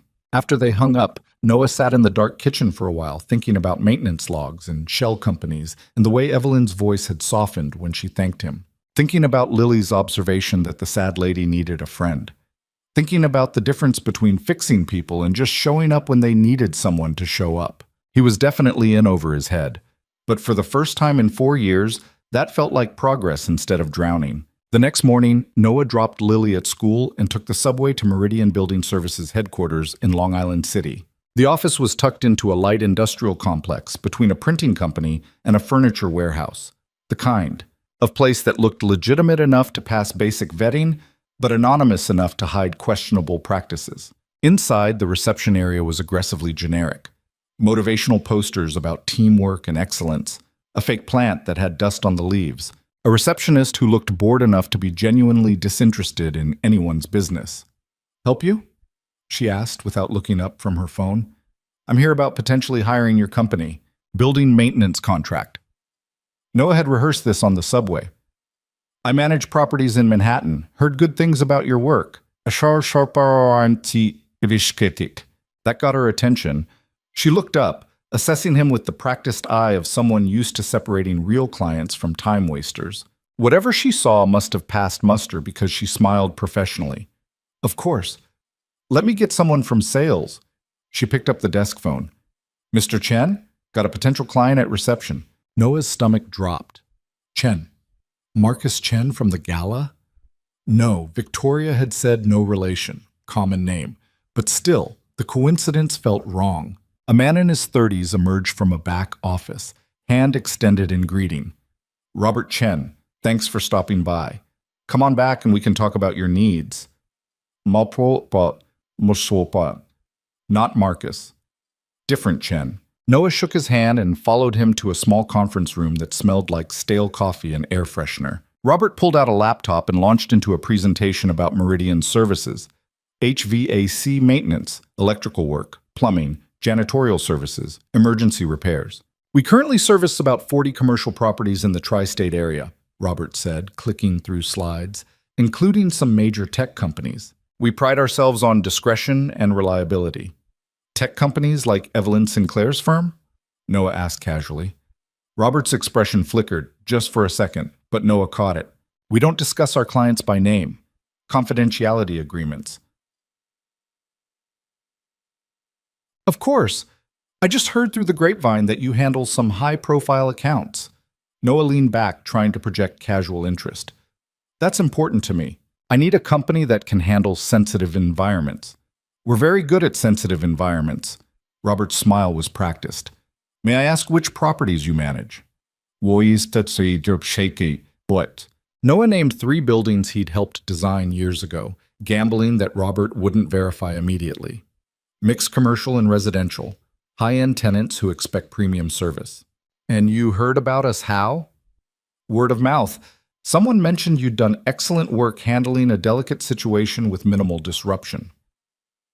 Noah watched Robert's face carefully. I value companies that can solve problems quietly. Robert's expression remained neutral, but something in his posture shifted. We do take pride in our discretion. Sometimes clients need specialized services, repairs that can't wait for regular hours, access to systems that require particular expertise. Exactly what I'm looking for. Noah pulled out his phone, pretending to check notes. I'd need someone who could start immediately if something urgent came up. Someone who knows their way around commercial building systems well enough to work independently. We have several technicians with that level of expertise. In fact, Robert hesitated, then seemed to make a decision. We have one particular specialist who handles our most demanding clients. He's been with us for 3 years. Excellent track record, very reliable. Could I meet him before signing any contracts? That's unusual, but I can see what I can arrange. Robert pulled out his phone. Let me make a call. He stepped out of the conference room and Noah immediately started looking around. The walls were decorated with framed photos of Meridian crews at various job sites. He recognized one immediately, Evelyn's building, the distinctive glass facade unmistakable. The crew in the photo wore Meridian uniforms, but the angle made it hard to see faces clearly. Noah pulled out his phone and snapped a photo just as Robert returned. Good news! Marcus is available this afternoon. He's our senior technician, the one I mentioned. Very experienced with complex commercial systems. Robert sat down, pulling up a calendar. Does 3 o'clock work for you? Marcus? The name made Noah's instincts scream. Marcus Chen? No relation to me. Robert smiled. Different Chen entirely, though people ask all the time. 3 o'clock works. Noah stood, shaking Robert's hand. I appreciate you accommodating my schedule. Of course, we're very interested in earning your business. Robert walked him to reception. Marcus will meet you here. He's looking forward to discussing how we can meet your needs. Noah left the building feeling like he'd just walked through a minefield blindfolded. Marcus. The same name as Evelyn's driver. Was that coincidence, or was something else happening? He called Victoria the moment he was outside. I need you to run a background check. Marcus Chen, senior technician at Meridian Building Services. And I need it before 3 o'clock this afternoon. That's 4 hours. Can you do it or not? I can do it. But Bennett, what's going on? Noah explained the meeting, the strange parallels, the feeling that he was missing something obvious. Victoria listened in silence, then swore quietly. Marcus Chen was Evelyn's driver, has been for 2 years. I know. That's why this is weird. Same name, same company timeline. No, you don't understand. I just pulled his employment file. Before he worked for Evelyn, he worked for Meridian Building Services as a maintenance technician. Noah felt pieces slammed together with sudden terrifying clarity. Evelyn's driver used to work for the company that's been sabotaging her. Either it's the strangest coincidence in history, or he's a plant. Someone placed him in her organization to monitor her movements, report on her schedule, maybe even gather intelligence. Noah's mind raced. Who hired him? According to the file, David Richards recommended him, said he needed reliable security after a previous driver quit unexpectedly. Yeehees. Richards. Of course it's Richards. Noah checked his watch. I'm meeting this other Marcus Chen at 3. I need to know everything about him before then.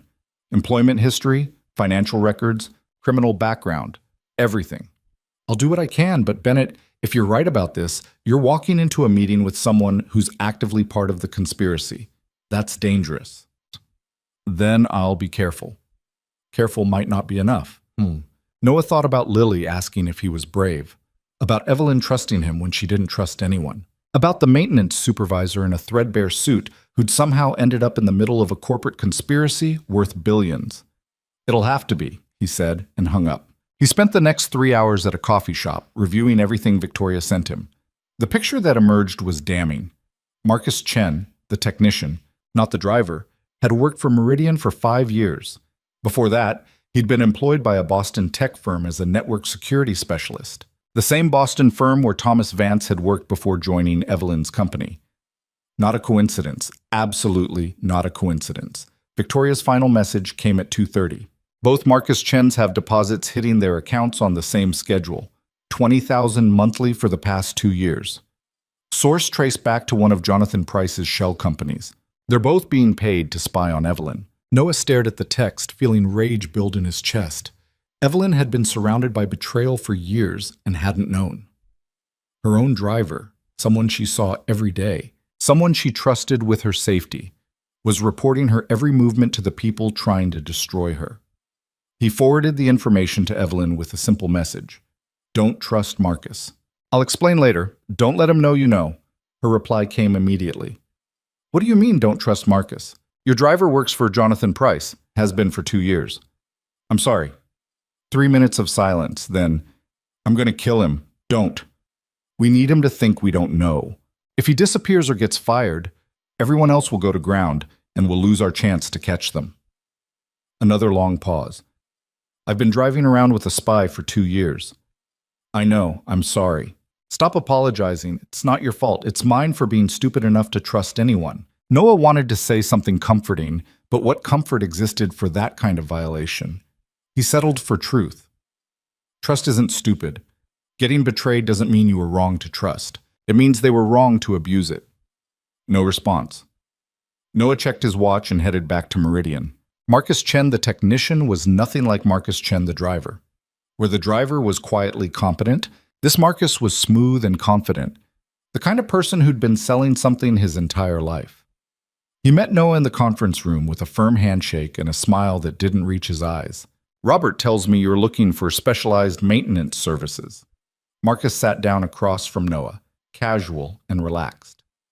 What kind of systems are we talking about? Mixed commercial infrastructure, some older buildings with updated tech, some newer construction with integration issues. Noah watched Marcus carefully. I need people who can work quietly, handle sensitive situations without drawing attention. That's our specialty. I've been doing this kind of work for years. Systems that need particular care. Clients who value discretion. Marcus leaned forward slightly. May I ask what kind of sensitive situations you're anticipating? The usual. Tenant disputes that require access to utilities. Security concerns that involve monitoring systems. Occasional need for after-hours work that can't be logged publicly. Noah kept his voice neutral. I assume you've handled similar scenarios? Something flickered in Marcus's expression. Satisfaction, maybe, or recognition. Oh yes. I've worked with several clients who had unique requirements, specialized access needs, situations where standard protocols didn't quite apply. Can you give me an example? Marcus smiled. One client needed regular monitoring of their executive communication systems. We handled it as routine maintenance, but really, we were ensuring data security, making sure no unauthorized access occurred. By monitoring the executives themselves, by protecting the company's interests, Marcus's smile widened. Sometimes the biggest threats come from inside. People in positions of power making bad decisions. Our job was to provide oversight. Noah felt sick. Marcus was describing corporate espionage like it was a legitimate service. And your client was happy with this arrangement? The client never knew about the arrangement. The contract was with someone else in the organization, someone who understood the bigger picture. Marcus leaned back, confident. That's often how these things work. The people at the top don't always understand what's necessary to protect their own interests. Interesting philosophy. Practical philosophy. I'm very good at what I do, Mr. Bennett. I understand systems, both the technical kind and the human kind. I know how to gain access, maintain it, and use it effectively without anyone noticing. Marcus pulled out a tablet. If you hire Meridian, you're not just getting maintenance services. You're getting strategic support, information, control. And what does that cost? Depends on what level of service you need. Basic maintenance is our standard rate, but specialized services, the kind we're really discussing, require different arrangements. Usually a retainer plus performance bonuses tied to specific outcomes. Noah pretended to consider this. Outcomes like what? Like ensuring particular business decisions go certain ways, like having advance warning when problems are developing, like being able to influence situations before they become crises. Marcus watched Noah carefully.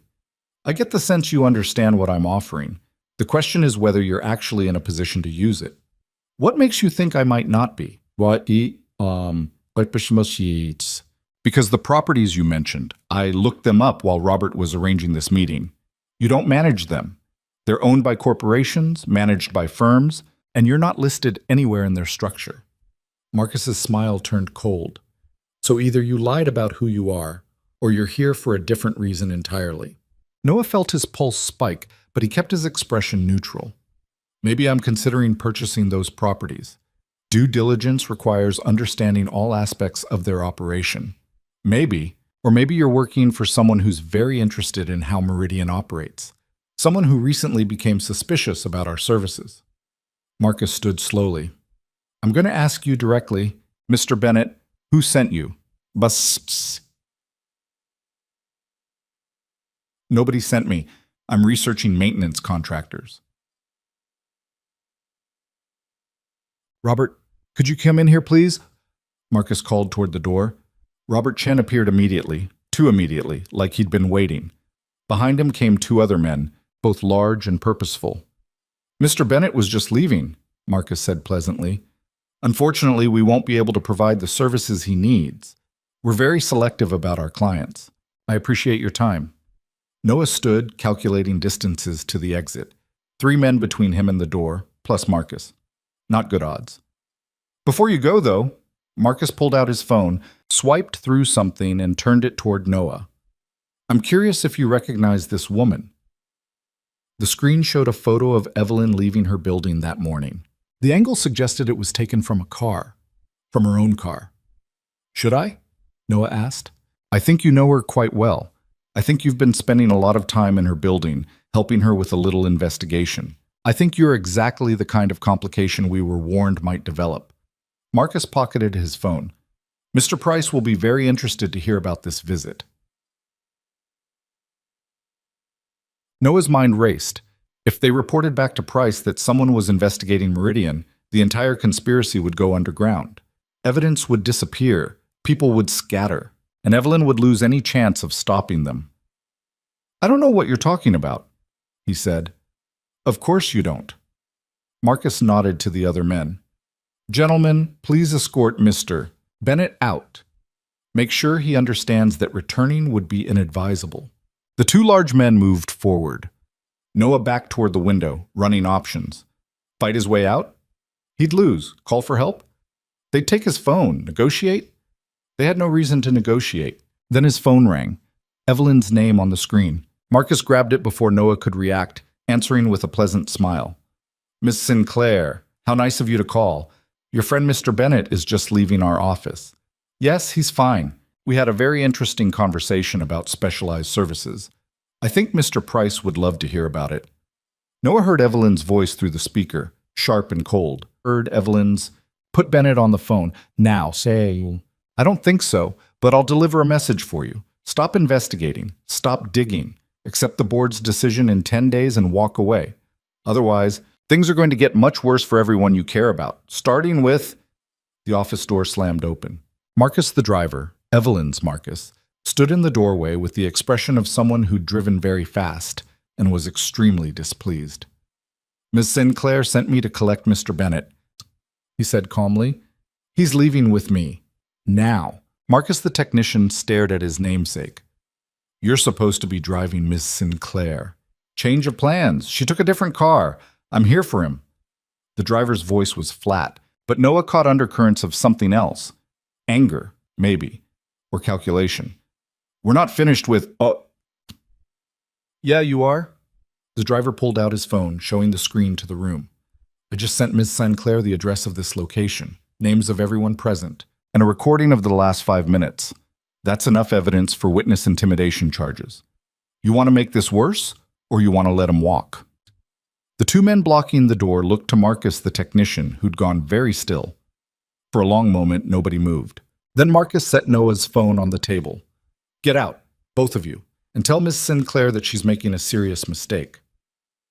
The driver grabbed Noah's arm and pulled him toward the exit. They moved quickly through the lobby, out to the waiting car, and drove 3 blocks before either of them spoke.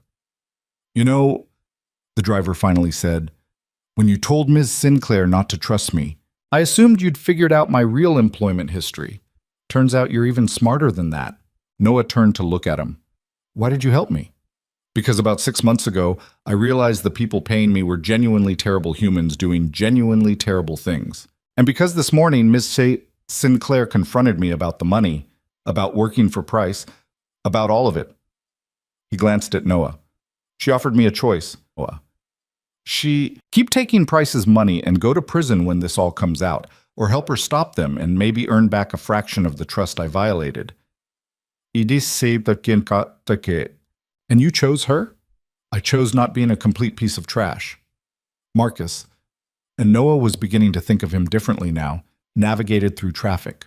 "I've been reporting to Price for 2 years, telling him everywhere she goes, everyone she meets, every move she makes. I enabled all of this. So yeah, helping you seemed like the least I could do." She must have been furious. She was terrifyingly calm, which was somehow worse. Marcus pulled onto the highway. "She wants us to meet her at a different location, somewhere away from her building, away from anyone who might be watching. She says we need to plan our next move, and we need to do it before Price realizes how much we know." Noah's phone buzzed, a text from Evelyn. "Are you okay?" He replied quickly, "Fine. Your Marcus got me out." My Marcus is currently explaining exactly how much damage he did over the last 2 years. We'll discuss compensation later. Right now, I need you both at the address he's driving to. We're running out of time. The car pulled up to a small law office in a quiet part of Brooklyn. Inside, Evelyn waited with Victoria and a man Noah didn't recognize. Late 60s, silver hair, expensive suit that somehow looked comfortable instead of pretentious. "Bennett?" Evelyn looked him over, checking for damage. "You're intact." "Mostly." He turned to the stranger. "Who's this?" "Bernard Walsh, my personal attorney and one of the few people in my life who isn't actively trying to destroy me." She gestured to chairs. "Sit. We have a lot to discuss and not much time." Bernard opened a briefcase, pulling out documents. "Based on the evidence Ms. Sinclair and Ms. Chen have compiled, we have a strong case for criminal fraud, theft, conspiracy, and corporate espionage. The problem is timing. The board meeting is in 10 days, and getting criminal charges filed and prosecuted before then is virtually impossible." "So we lose," Evelyn said flatly. "No, we change tactics." Bernard spread documents across the table. "We don't wait for the board meeting. We go public immediately. Press conference, media exposure, law enforcement notification. Everything at once. We force their hand before they're ready." "They'll deny everything," Victoria said. Richards, Price, all of them. They'll claim the evidence is fabricated. Let them.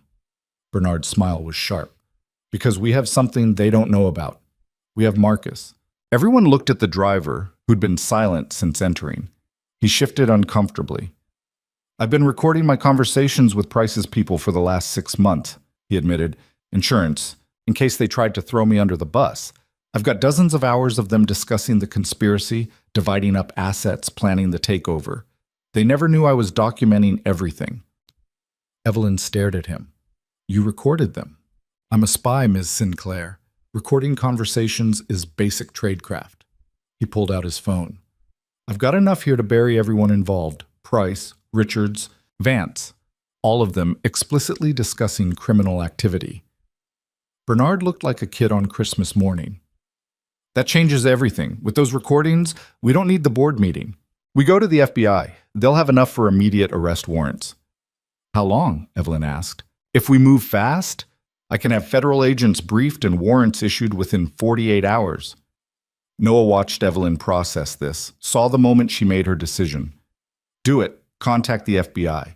Prepare the documentation. I want every single person involved arrested before they know what's happening. There's risk, Bernard warned. If Price finds out we're moving against him, he could destroy evidence, flee the country, use his connections to block the investigation. We get one shot at this. Then we make it count. Evelyn turned to Marcus. You're going to wear a wire. Keep reporting to Price like normal, but now you're working for us. I want everything, every conversation, every instruction, every detail of their plan. They'll know something's wrong. I wasn't supposed to help Bennett today. Tell them you did it to maintain cover, that you're still feeding them information. Evelyn's eyes were cold. Can you do that convincingly? Marcus nodded slowly. Yeah, I can do that. Good. Because in 48 hours, everyone you've been working for goes to prison. And whether you join them depends on how useful you make yourself between now and then. The room fell silent. Noah looked at the faces around the table. Evelyn's cold determination, Victoria's focused intensity, Bernard's professional calculation, Marcus's guilty relief, and understood that they'd crossed a line. This wasn't corporate maneuvering anymore. This was war. What do you need from me? He asked Evelyn. She met his eyes. I need you to keep doing what you've been doing. Looking at patterns, finding connections, seeing things others miss. Because I guarantee Price has backup plans we haven't found yet. And I need to know what they are before they use them. Noah thought about Lily at home, about the danger he was walking into, about the promise he'd made to always put her first. But he also thought about the way Evelyn had looked when she talked about her company being bled dry by people she'd trusted, about the loneliness in her voice when she'd admitted everything in her life was transactional. Some things couldn't be measured in risk versus reward. Some things you did because they were right, even when they were dangerous. Okay, he said, let's burn it all down. The next 48 hours moved with the frantic precision of controlled chaos. Noah barely slept, splitting his time between Evelyn's secure office and his apartment, where Lily demanded increasingly creative explanations for why Daddy kept getting phone calls at dinner. Marcus the driver wore a wire to 3 separate meetings with Jonathan Price's associates, documenting conspiracy in real time while pretending nothing had changed. Victoria compiled evidence into binders thick enough to stop bullets. And Evelyn moved through it all with the cold focus of someone who'd finally stopped defending and started attacking. Noah was reviewing financial transfers in Victoria's office when his phone rang at 2 a.m. Evelyn's name on the screen. You need to come to my apartment now. Her voice was tight. We have a problem. 20 minutes later, Noah stood in Evelyn's penthouse apartment for the first time, and the contrast to her public persona was jarring. The space was beautiful in a sterile way. Expensive furniture that looked uncomfortable, art that seemed chosen by a decorator instead of a person, a kitchen so pristine it clearly never saw actual cooking. But what struck him most was how empty it felt. Not minimalist, just lonely. Evelyn met him at his elevator in sweatpants and an old t-shirt, her hair down for the first time since he'd met her. She looked younger without the armor of tailored clothes and severe styling. She also looked terrified. Marcus called 5 minutes ago. Price knows we're investigating. She led him to a living room where floor-to-ceiling windows overlooked Manhattan's glittering sprawl. They found out about the FBI contact. We have maybe 12 hours before they start destroying evidence and disappearing. Noah felt his stomach drop. How did they find out? Marcus doesn't know. But Price called an emergency meeting for 8 a.m. tomorrow. This morning, technically, with Richards, Vance, and 3 other people Marcus hasn't identified yet. He said Price sounded calm, which means he has a plan. What kind of plan? The kind where we lose everything and probably end up looking like the criminals instead of the victims. Evelyn moved to the windows, staring out at the city. Price didn't build a fortune by being reactive. He's had contingencies in place from the beginning. We just triggered one. Noah joined her at this window. Below, the city continued its restless churn, cars and lights, and millions of people living lives that had nothing to do with corporate conspiracies. From up here, it all looked peaceful, deceptive. Bernard said the FBI needs evidence compiled before they move. How long does that take? Normally, weeks. With pressure, maybe 72 hours if we're lucky. Evelyn's reflection in the glass looked ghostly. We don't have 72 hours. We might not have 12. Then we force their hand, make them move before they're ready. How? Noah thought about structures and stress points, about the way buildings revealed their weaknesses under pressure. Price's whole plan depends on secrecy, on moving quietly while everyone's focused elsewhere, so we remove the secrecy. We make noise. You're suggesting we go public before we have ironclad evidence. I'm suggesting we go public with enough evidence to start asking questions. Let the media pressure force the FBI to move faster. Let public attention make it impossible for Price to destroy evidence without everyone watching. Evelyn turned to look at him directly. That's incredibly risky. If we can't back up what we claim, my reputation gets destroyed and Price walks away clean. Your reputation's already under attack. And if we wait for perfect evidence, we lose the chance to use any evidence at all. Noah met her pale eyes. You told me once that everything in your world is transactional. This is the transaction. We risk what's left of your credibility to force a faster resolution. It's a bad trade, but it's the only one available. You're asking me to bet everything on an incomplete case. I'm asking you to trust that sometimes good enough is better than perfect if perfect arrives too late. Evelyn studied his face for a long moment. You really believe this will work? I believe doing nothing guarantees we lose. This way, we at least have a chance. She pulled out her phone, staring at it like it held answers. If I do this, if I call a press conference and make accusations I can't fully prove, I'm done in tech. Win or lose, no one will ever work with me again. I'll be the paranoid CEO who destroyed her own company with conspiracy theories. Or you'll be the person who exposed massive fraud and saved thousands of jobs. Noah paused. Either way, you'll know you fought instead of just letting them take everything you built. That's not particularly comforting. The truth usually isn't. Evelyn laughed, a short, sharp sound with no humor. You know what the worst part is? I'm about to sacrifice my entire career, and I'm trusting the strategy of a maintenance supervisor I met 4 days ago. My board would say this proves I'm unstable. Your board is trying to steal your company. Their opinion doesn't count. No, but everyone else's will. After tomorrow, I'll be the ice queen who finally cracked. She looked back out at the city. I should be more upset about that, about losing everything. But mostly I'm just tired. Noah recognized the exhaustion in her voice, the kind that came from fighting alone for too long. You're not losing everything. You're choosing what matters enough to fight for. Easy for you to say. You're not the one whose face will be on every business channel tomorrow, getting torn apart by analysts.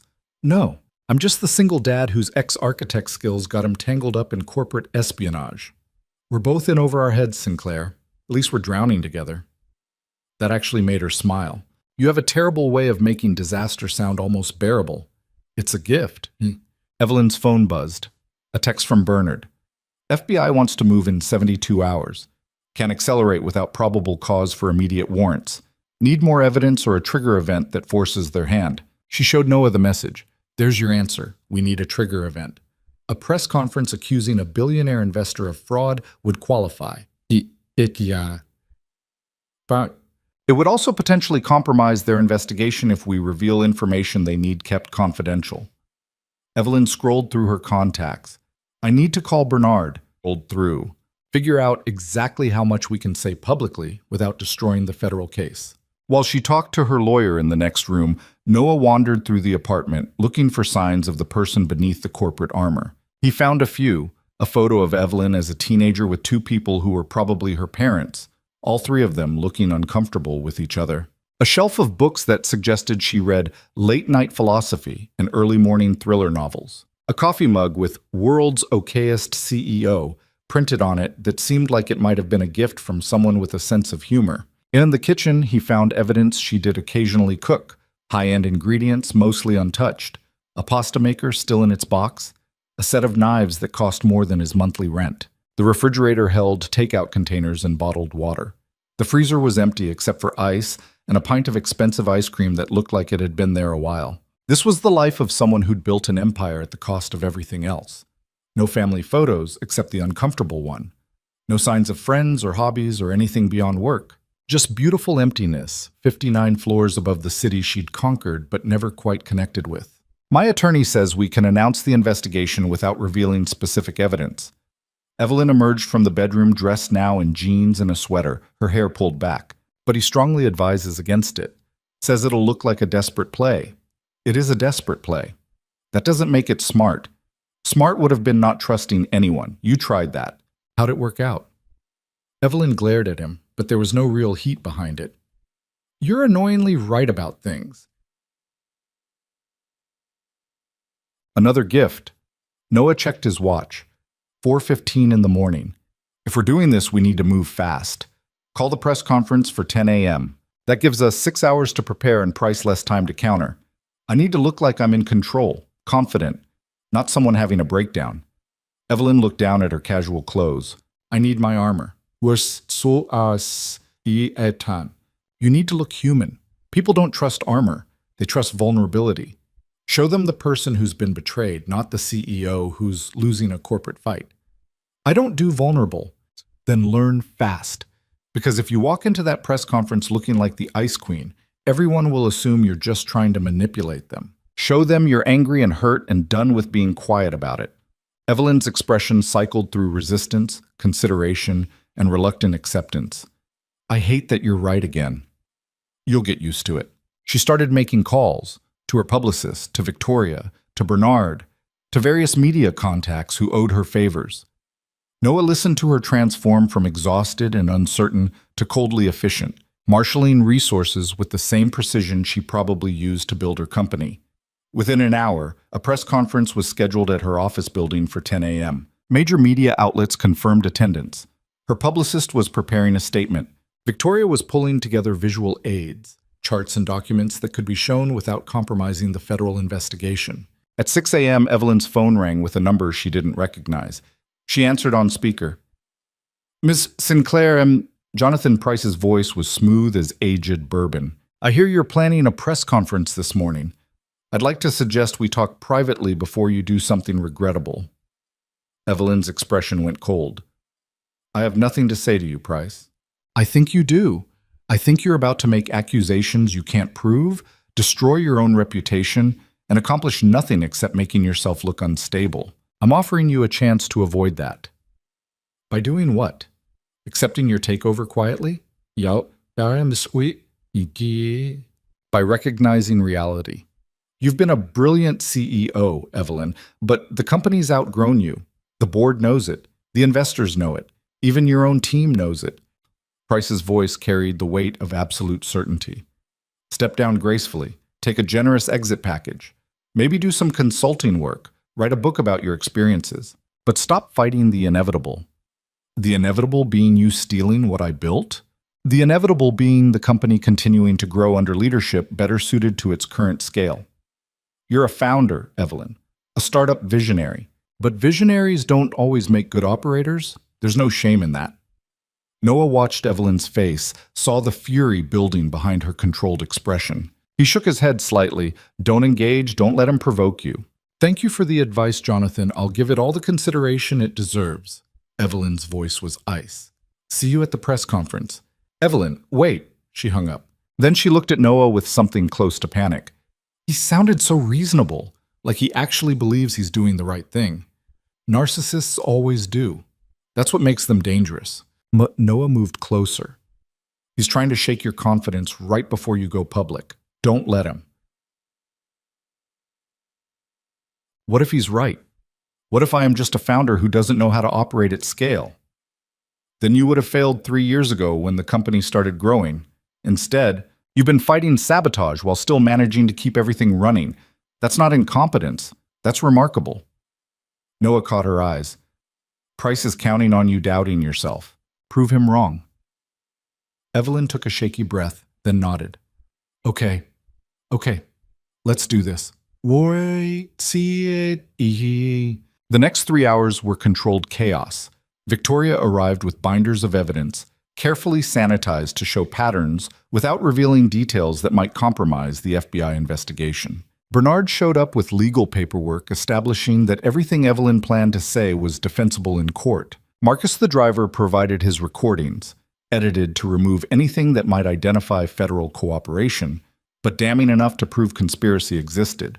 At 9:30, they gathered in Evelyn's office for final preparation.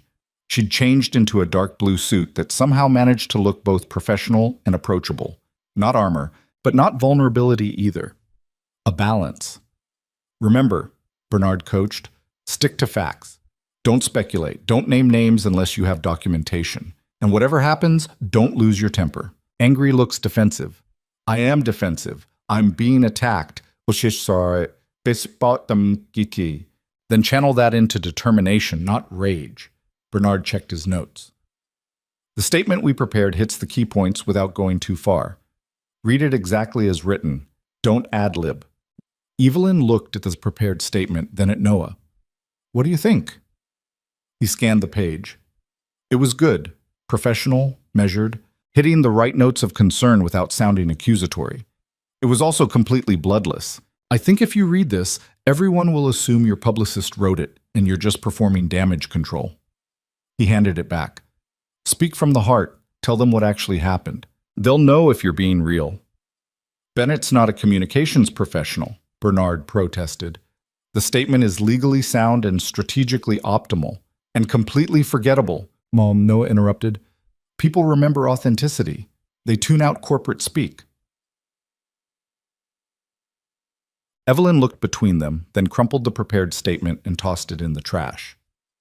I'm going off script. Bernard looked like he might cry. Evelyn, that's incredibly risky. Everything about this is risky. At least this way it'll be honest. She straightened her jacket. Let's go. The press conference was set up in the building's main lobby, a calculated choice that put reporters in Evelyn's territory while remaining accessible to media. Cameras filled the space, reporters jostled for position, and the air hummed with anticipation. Noah hung back near the security office with Victoria, watching on monitors as Evelyn approached the podium. She looked small in front of all those cameras. Alone. Vulnerable in a way that made Noah's chest tighten. Thank you all for coming. Evelyn's voice was steady. I'm here today because for the past 3 years, someone has been systematically sabotaging my company. Stealing money, destroying partnerships, undermining operations, all while positioning themselves to take control when the damage became severe enough. Reporters started shouting questions immediately. Evelyn held up a hand. I'll take questions after. Right now I need you to listen.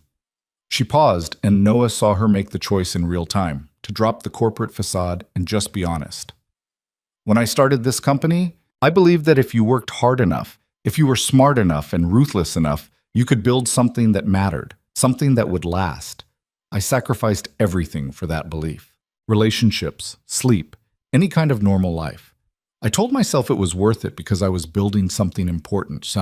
Her voice caught slightly, and instead of hiding it, she let it show.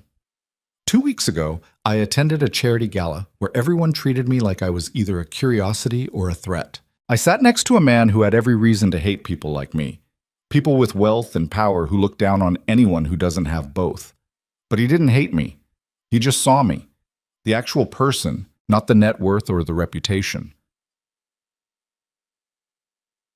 Noah felt every eye in the security office turned toward him. He kept his attention on the screen. That man helped me see something I'd been missing. That the people I trusted, the executives I promoted, the investors I relied on, the advisors I hired, some of them were actively working to destroy everything I'd built. Not because I'd failed, but because my success made me vulnerable to people who valued profit over integrity. Evelyn pulled up the first chart. Financial transfers mapped over time. This shows money being siphoned from my company over 3 years. Small amounts spread across hundreds of transactions, designed to look like normal operational costs. It totals $43 million, all traced back to shell companies controlled by people who publicly claim to support me while privately stealing from the company they're supposed to protect. More charts, more data. Evidence laid out with brutal clarity. I'm here today because staying quiet would be easier. Accepting a settlement and walking away would be easier. Letting them win would definitely be easier. Evelyn's voice strengthened. But I made a promise to myself when I started this company. I promised I would never let fear stop me from doing what was right. And right now, exposing this conspiracy, risking my reputation, risking everything, that's what's right. She looked directly into the cameras. To the people who betrayed me, who violated trust and abused power and thought I'd never fight back, you underestimated me. You thought the Ice Queen would just freeze up and accept defeat. You were wrong. The room erupted with questions. Evelyn answered them with a composure that belied the personal stakes involved. Yes, she'd contacted law enforcement. No, she couldn't name specific individuals yet. Yes, she believed this went beyond her company to a larger pattern of corporate corruption. No, she wasn't stepping down. Noah watched Jonathan Price slip into the back of the lobby during the question and answer session. He looked calm, almost amused, right up until Evelyn pulled out her phone and played one of Marcus's recordings. Price's voice filled the lobby, discussing how to expedite Sinclair's removal and redistribute assets before anyone questions the transfers. The recording was only 30 seconds, but it was devastating. Reporters went wild. Cameras swung toward Price, who'd gone pale. That recording was obtained illegally, he started. That recording was made by someone you hired to spy on me, Evelyn cut him off. Someone who realized what he was part of and decided to do the right thing. Someone who's currently cooperating with federal investigators. Price's expression shifted from shock to calculation to barely controlled rage in the space of seconds. He turned and walked out of the lobby without another word. The press conference continued for another 20 minutes before Bernard finally stepped in and ended it. Evelyn fielded final questions, thanked everyone for coming, and maintained her composure right up until she walked into the elevator and the doors closed.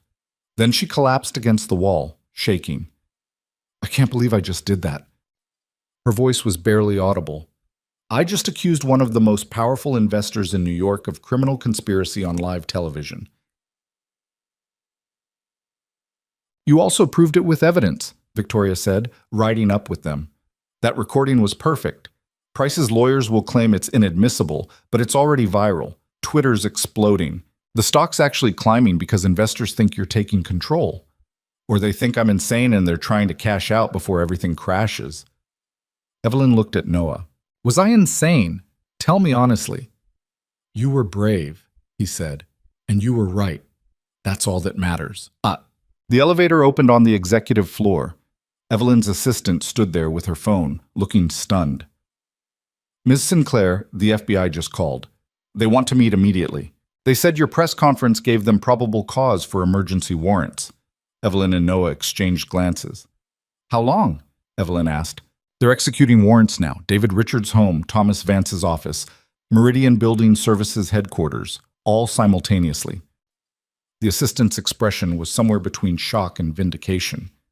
They arrested Richards 20 minutes ago. The executive floor erupted in controlled chaos. People emerged from offices, phones ringing, the energy shifting from normal corporate bustle to something electric and unstable. Noah watched Evelyn process the information, saw the moment exhaustion and relief and disbelief all hit at once. It worked, she said quietly. It actually worked. You worked. Noah corrected. The evidence worked. The truth worked. Before Evelyn could respond, her phone rang. Bernard, the FBI wants you at their office in 2 hours for a full deposition. Bring everything, all the evidence, all the documentation, everything Victoria compiled. They're building a case for major federal charges. Bernard sounded almost gleeful. Evelyn, you did it. You actually did it. We did it, she corrected, looking at Noah and Victoria. I couldn't have done this alone. The next several hours blurred together. Evelyn gave her FBI deposition with Bernard present, turning over evidence that would probably send Richards and Price to prison for a decade or more. Victoria coordinated with federal agents, providing access to security footage and digital records. Marcus, the driver, gave his own statement, accepting a plea deal in exchange for testimony against the others. Noah spent most of it in a conference room at the FBI field office, answering questions about how he'd gotten involved, what he'd observed, what he'd discovered. The agents treated him with polite skepticism. Why would a maintenance supervisor be investigating corporate fraud? Right up until they reviewed his analysis of the maintenance logs and realized his architectural background made him uniquely qualified to spot the infrastructure-based conspiracy. It was after 8 p.m. when they finally finished. Noah stepped out of the FBI building into a mild evening, exhausted and wrung out. His phone showed 17 missed calls from Mrs. Rodriguez and 3 voicemails from Lily herself. Daddy, Mrs. Rodriguez says you're on TV. Are you famous now? Did you fight the dragons? Guilt crashed over him. He'd been so focused on helping Evelyn that he'd completely forgotten to check in with his daughter. Some promises about putting her first. He was about to call when Evelyn emerged from the building, looking as exhausted as he felt. Your daughter's been calling, she said. I heard her voicemail when you left your phone on the conference table. She sounds worried. Yeah, I need to get home. Noah started toward the subway entrance. Let me drive you. It's the least I can do. You've already done enough. More than enough. It's a chance. Bennett, you just spent an entire day helping me expose a massive fraud conspiracy. The least I can do is make sure you get home to your daughter. Evelyn's voice was firm. My car's right there. Let's go. Too tired to argue, Noah followed her to the waiting vehicle. Not Marcus driving this time. Evelyn had hired a new service after everything came out. They rode in silence for a while. Manhattan giving way to Queens, wealth giving way to working-class neighborhoods. I owe you an apology, Evelyn said eventually. For what? For dragging you into this. For putting you at risk. For making your daughter worry because you were helping me fight my battles. She looked out the window. You could have walked away at any point. You should have. But you didn't, and I never even asked why. Noah thought about the question. About the gala and the threadbare suit and the way Evelyn had looked at him like he mattered. About Lily asking if the sad lady needed a friend. About 4 years of feeling like he'd given up everything that made him who he was. Only to discover that maybe those pieces were still there, just waiting for a reason to reassemble. You reminded me that I'm more than just someone's dad, that I can still solve problems and see patterns and use my brain for something besides helping 6-year-olds with homework. He paused. I needed that reminder. So maybe I should be thanking you. For destroying your quiet life and exposing you to corporate criminals? For giving me a reason to remember what I'm capable of. The car pulled up to Noah's building. Lights were on in his apartment window. Mrs. Rodriguez had clearly stayed late. Through the glass, he could see Lily's silhouette moving around, probably wearing her cardboard crown and telling elaborate stories about her daddy's adventures. She's beautiful, Evelyn said softly, looking up at the window. Your daughter. From the voicemail. She sounds happy. She is, most of the time. Noah reached for the door handle, then paused. What happens now, with the company? Emergency board meeting tomorrow. Richards is obviously out. Price is facing criminal charges, so his voting rights are suspended pending investigation. I'll probably keep my position, though the next few months will be spent rebuilding trust and fixing everything they broke. Evelyn's expression was unreadable. Business as usual, essentially. Just without the people actively trying to destroy me. Sounds lonely, but it usually is. She looked at him directly. Bennett, the mentorship program I bought at the gala, Dalton and Associates. I meant what I said about you using it. You're too talented to spend your life fixing broken HVAC units in hospitals. I like my job. You like having time with your daughter. That's not the same thing. Evelyn pulled out her phone, typed something, and showed him the screen. I spoke to the managing partner at Dalton today, told him about your analysis skills, how you spotted patterns their own security consultants missed. He's interested in talking to you about contract work, flexible hours, work from home when possible, projects that actually use your architecture background. Noah stared at the email. The salary range listed was 3 times what he made at the hospital. Why are you doing this? Because you helped me when you had no reason to. Because your daughter deserves a father who's not slowly disappearing into exhaustion and regret. Because you're too smart to waste. Evelyn's voice softened. And because you were right at the gala. I've been treating everything like it's transactional. This is just me trying to do something decent for someone who did something decent for me. I don't know what to say. Say you'll at least talk to them, see if it's a fit. She paused. And Bennett, thank you for everything, for seeing past the Ice Queen reputation, for trusting me when everyone else was abandoning ship, for reminding me that not everyone has an agenda. Noah climbed out of the car, then leaned back in. For what it's worth, I don't think you're an Ice Queen. I think you're someone who learned to protect herself by freezing everyone out. But you're not actually cold. You're just scared of getting hurt. Evelyn's expression flickered, vulnerability showing through for just a second before the walls came back up. Get some rest. Bennett, you've earned it. The car pulled away, leaving Noah standing on his street corner watching taillights disappear into traffic.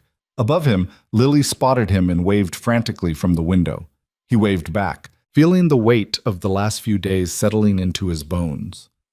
Mrs. Rodriguez met him at the door with an expression that was equal parts relief and reproach. You were on the news, multiple channels, standing next to the billionaire lady while she talked about conspiracies and federal investigations.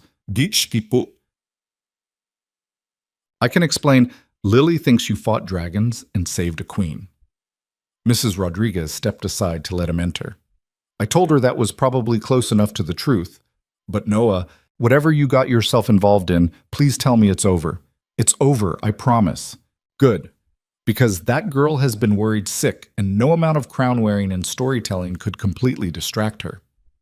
Mrs. Rodriguez gathered her things. Mrs. Rodriguez, she fell asleep an hour ago waiting for you. Wouldn't go to bed until I promised you'd wake her up when you got home. After Mrs. Rodriguez left, Noah found Lily curled up on the couch, still wearing her cardboard crown, clutching her stuffed rabbit. He started to carry her to bed, but she stirred and wrapped her arms around his neck. Daddy, you're home. I'm home, Lil. Sorry I was late. Mrs. Rodriguez showed me the TV. You were standing next to the pretty lady, the sad one from the party. Lily's voice was sleepy.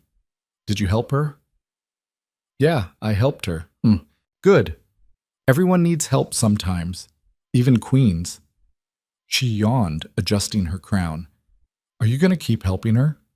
Noah thought about Evelyn's offer, about the Dalton and Associates opportunity, about the way his entire life had shifted in less than 2 weeks.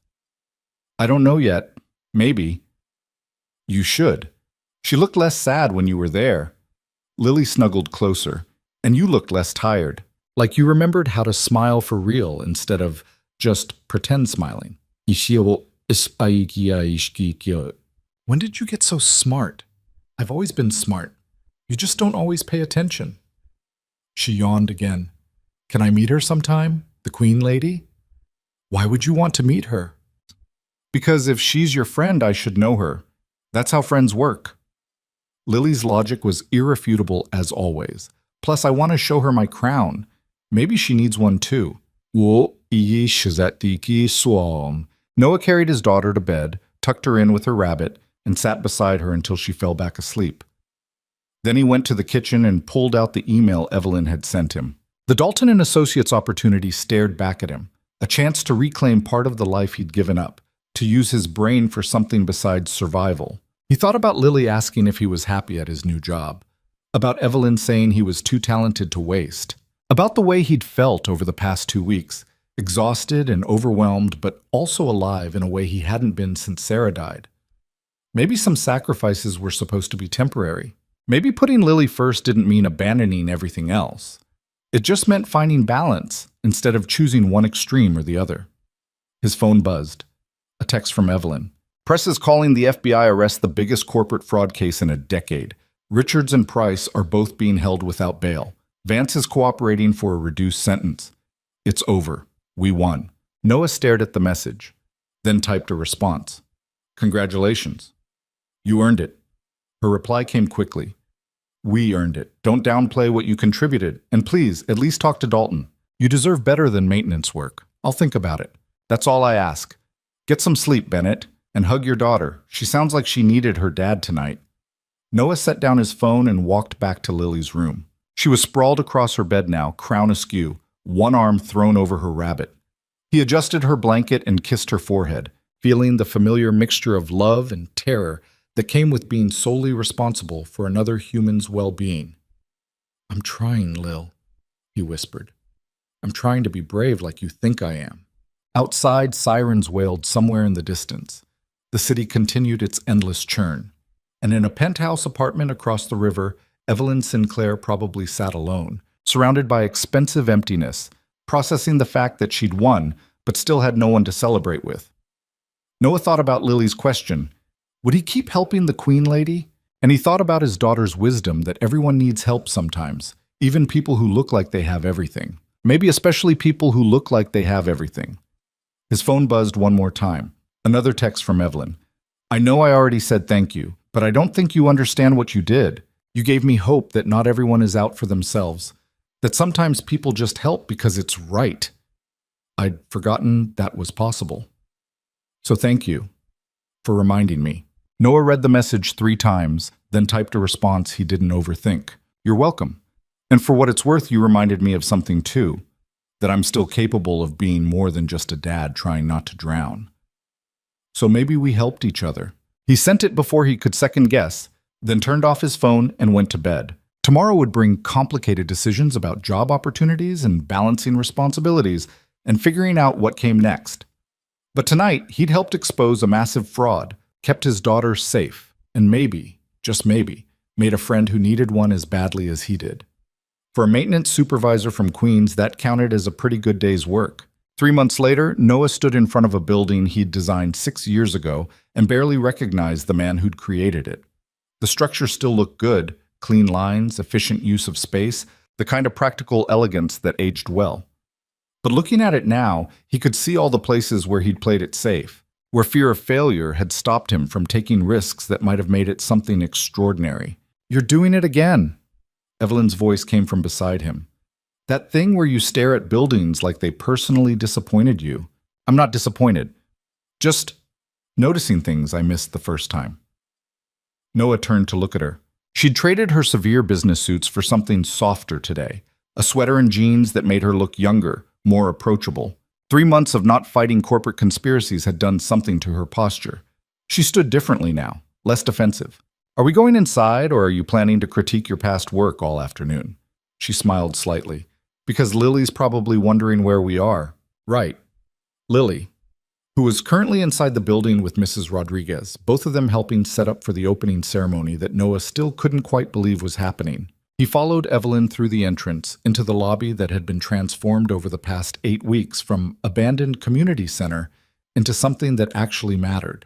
The restoration had been Evelyn's idea, her way of saying thank you, that had somehow turned into a collaborative project neither of them had planned. Take the old community center where Noah had first met Sarah, the place that held memories too painful to visit but too important to forget, and turn it into something useful. A creative academy for single parents and their kids.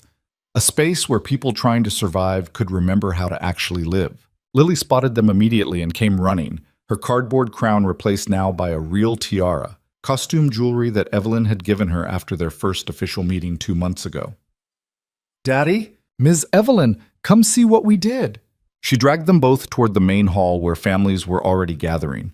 Noah recognized some of them, other single parents from Lily's school, people from the neighborhood who'd heard about the free programs, parents who looked as exhausted and overwhelmed as he'd felt for the past 4 years. The room hummed with cautious hope, the kind that came from people who'd learned not to trust good things, but were willing to try anyway. Mrs. Rodriguez appeared from the kitchen area carrying a tray of food. "About time you two showed up. People are asking when the speeches start." "There are speeches?" asked Shawan. Noah looked at Evelyn in alarm. "Nobody mentioned speeches." "I mentioned speeches." Evelyn's expression was innocent. "Multiple times. You weren't listening because you were too busy obsessing over whether the art room had proper ventilation." The art room needed proper ventilation. Kids using paint and clay need... He stopped when he saw her smiling. "You're messing with me, obviously, but there are speeches. You're giving one." She squeezed his hand briefly. "You designed this place. You get to explain why it matters." Noah's stomach dropped. Public speaking ranked somewhere between root canals and tax audits on his list of preferred activities. But Lily was watching him with absolute confidence, like she knew he could do this even if he didn't. "Fine, but you're going first. Deal." 20 minutes later, Noah stood at the front of the room next to Evelyn, while families settled into chairs and kids ran around with the kind of chaotic energy that came from being in a new space. He'd given exactly one speech in his life, his presentation to become partner at Dalton and Associates right before Sarah died and everything fell apart. That had ended badly. This felt terrifyingly similar. Evelyn stepped forward and the room gradually quieted. She'd gotten better at this over the past 3 months, talking to regular people instead of investors and journalists. The Ice Queen reputation had thawed considerably once the press realized she was human instead of corporate machinery wrapped in expensive clothes. "Thank you all for coming," she started, her voice carrying easily. 3 months ago, I was sitting in my office convinced that everyone I'd trusted had betrayed me. I was angry and isolated and absolutely certain that the only way to survive was to trust no one and expect nothing from anyone. She glanced at Noah. She glanced at, and he saw vulnerability there that she'd learned to show instead of hide. Then I met someone who'd actually survived real loss, not corporate setbacks or damaged reputation, but the kind of grief that breaks people. And instead of being broken, he was raising a 6-year-old daughter while working night shifts and still managing to see the best in strangers who probably didn't deserve it. Evelyn smiled at the crowd. That person taught me something important, that strength isn't about building walls or refusing to need anyone. It's about showing up every day even when it's hard, especially when it's hard. Lily grabbed Noah's hand, squeezing tight. He squeezed back, throat suddenly tight. This academy exists because Noah Bennett looked at an abandoned building and saw possibility instead of problems. Because he understood that single parents trying to raise kids alone need more than sympathy. They need actual support, space to create, time to remember who they are beyond just someone's parent. Evelyn's voice strengthened. "So thank you for being here. Thank you for trusting this place enough to try. And thank you to Noah for reminding all of us that the best things we build aren't made of money or status. They're made of showing up for people who need someone to show up." The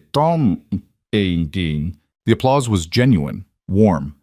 Noah felt his face heat as Evelyn stepped back and gestured for him to take over. He moved to the front, looking out at faces that ranged from curious to skeptical to cautiously hopeful. "I'm not good at speeches," he started, and several people laughed. "I'm much better at drawing buildings than talking about them. But Ms. Sinclair's right. This place matters. Not because it's fancy or expensive or groundbreaking, but because it's a space where you don't have to pretend everything's fine." He saw heads nodding, recognition in tired eyes. He saw, 4 years ago my wife died, and suddenly I was a single dad with a 2-year-old daughter and absolutely no idea what I was doing. I gave up my career because I thought that's what sacrifice looked like. Giving up everything you want for what your kid needs. Noah paused, finding Lily in the crowd. She was watching him with absolute attention. "But I was wrong. Sacrifice isn't about giving up who you are. It's about figuring out how to be yourself and be there for the people who need you." He gestured around the room. "This academy has art classes and music programs and childcare and all the practical stuff you need. But more than that, it's permission. Permission to spend 2 hours a week painting or writing or making music while your kids are safe in the next room. Permission to remember that you're more than just a parent trying not to drown. Permission to want things for yourself without feeling guilty about it." His voice caught, and instead of hiding it, he let it show. I know what it's like to feel like you're failing even when you're doing everything right. I know what it's like to look at your kid and feel simultaneously like you'd die for them and like you have no idea what you're doing. And I know what it's like to forget who you were before loss came and changed everything. The room was completely silent now. Even the kids had stopped running around.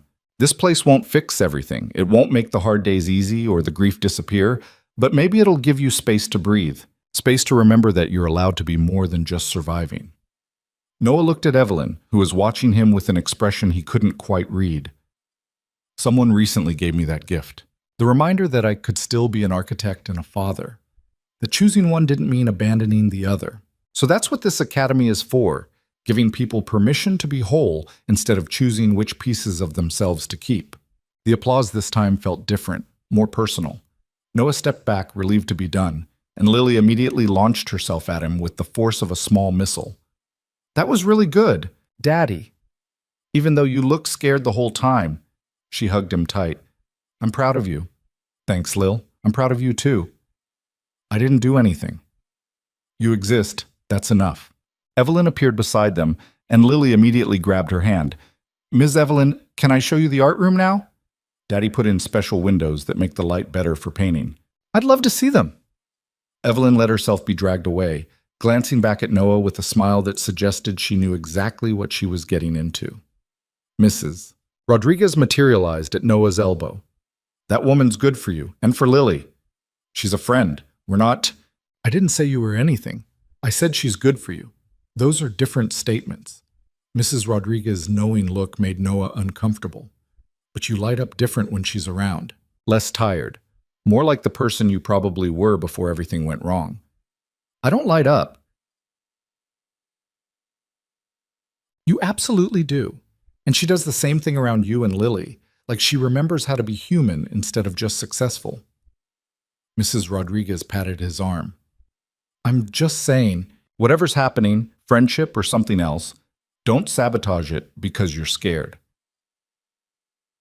Isapan. She walked away before Noah could protest, leaving him standing alone in the lobby of a building he'd designed, watching through the doorway as Evelyn and Lily examined art supplies with identical expressions of serious concentration. The sight did something complicated to his chest, a mixture of contentment and terror and possibility that he hadn't felt since before Sarah died. The next hour blurred into controlled chaos as families explored the facility, kids tested out equipment, and parents asked tentative questions about schedules and programs. Noah found himself explaining the building's design features more than once. How the windows maximized natural light, how the sound dampening in the music rooms worked, how the childcare space was positioned so parents could check on their kids while working on their own projects. He was mid-explanation about the HVAC system to a father who actually seemed interested when Evelyn reappeared with Lily in tow. Sorry to interrupt the riveting discussion of air filtration, but there's someone here who wants to meet you. She stepped aside and Noah found himself facing a man in his 60s with silver hair and kind eyes. Noah Bennett? The man extended his hand. Thomas Dalton, from Dalton and Associates. Noah's brain stuttered. Thomas Dalton, the founder of the firm where he'd almost made partner. The architect whose work Noah had studied in school, like scripture, standing in a community center in Queens, looking at him with genuine interest. Mr. Dalton, I wasn't expecting… Evelyn told me about this project, about how you identified structural problems in her company by approaching them like an architect looking at a building's foundation. Dalton smiled. That's brilliant. Unconventional, but brilliant. The kind of thinking we need more of. I was just trying to help, by seeing patterns others missed, and having the courage to act on them. That's not just anything. Dalton looked around the space. This restoration is excellent work. You maintained the building's character while updating functionality. That's harder than starting from scratch. Noah felt his face heat. Thank you. The bones were good. I just had to remember what they were supposed to support. Evelyn mentioned you've been doing some consulting work for us. Project analysis, efficiency reviews. The team speaks highly of your insights. Dalton paused. We're opening a new division focused on adaptive reuse, taking existing structures and reimagining them for modern needs. I'd like you to lead it. The words didn't quite process. Lead it? Full partner position, flexible schedule to accommodate your daughter, projects that actually matter instead of just making rich people richer. Dalton's expression was serious. I read your file from 6 years ago. You were brilliant then, and from what I've seen, you're even better now. Life experience has given you perspective that most architects lack. Noah looked at Evelyn, who was smiling with the satisfaction of someone who'd been planning this. You set this up. I told him about the project. The rest was his idea. But her eyes were dancing. So, what do you say? What did he say? That he'd spent 4 years convinced his architecture career was over? That he'd made peace with being a maintenance supervisor because it meant being there for Lily? That the idea of designing buildings again felt like reclaiming a part of himself he thought was dead? I have a 6-year-old daughter who comes first, always. That's non-negotiable. But that... Understood. We'll work around your schedule. Dalton pulled out a business card. Think about it. Talk to your daughter. But Noah, don't say no because you're scared. Say no if it's actually wrong for you. Those are different things. After Dalton left, Noah stood in the lobby feeling like the ground had shifted beneath him. Evelyn appeared at his shoulder, watching him process. You're panicking, she observed. I'm not panicking. It's Betty. Your left eye does this thing when you panic. It's twitching right now. Noah forced himself to breathe normally. This is a huge decision. Partner at Dalton and Associates. That's everything I wanted 6 years ago. And now? Now I have a daughter who needs stability. A life that actually works. I can't just upend everything because someone offers me a dream job. Why not? Evelyn's voice was gentle. You've spent 4 years putting everyone else first. Maybe it's time to want something for yourself. Wanting things is dangerous. You want things, you lose them, and it destroys you. Or you want things, you fight for them, and you build something worth having. She turned to face him directly. Bennett, I watched you spend 2 weeks helping me save my company, for no reason except it was right. You're allowed to be that brave for yourself, too. It's different when it's just me. No, it's scarier when it's just you, but Lily will be fine, better than fine. She'll see her father actually happy instead of just surviving. Evelyn paused. Talk to her. See what she thinks. She's smarter than both of us. As if summoned, Lily appeared from the art room, paint on her hands and absolute joy on her face. Daddy, they have real easels. And Miss Evelyn says I can come here twice a week for art classes. That sounds amazing, Lil. Go it, dorsa us at geese. Can we? Please? I want to learn to paint for real, not just with crayons. She grabbed his hand and he felt paint transfer to his skin. And Ms. Evelyn says you might have a new job designing buildings again. Is that true? Noah shot Evelyn a look. She shrugged innocently. Maybe. It's complicated. Why is it complicated? Lily's 6-year-old logic cut through excuses like a knife. You love buildings. You're always looking at them and talking about how they're built. If someone wants to pay you to do what you love, that's good, right? It would mean less time together, more work hours, more responsibility. But you'd be happy. Lily said it with absolute certainty. You've been different the last few months. Less sad tired, more regular tired. I like it better when you're happy tired. Happy tired isn't a thing. Yes, it is. It's when you're tired, but you're smiling for real, not fake smiling. Like tonight when you were talking to all those people. You looked happy tired. She paused. Mommy would want you to be happy tired, I think. The observation hit harder than it should have. Noah crouched down to Lily's eye level. You really think Mommy would be okay with this? But I think Mommy would want you to stop being sad all the time. And I think this building and Ms. Evelyn and the new job make you less sad. Lily touched his face with paint-covered fingers. So yeah, I think she'd be okay with it. Noah pulled his daughter into a hug, not caring about the paint.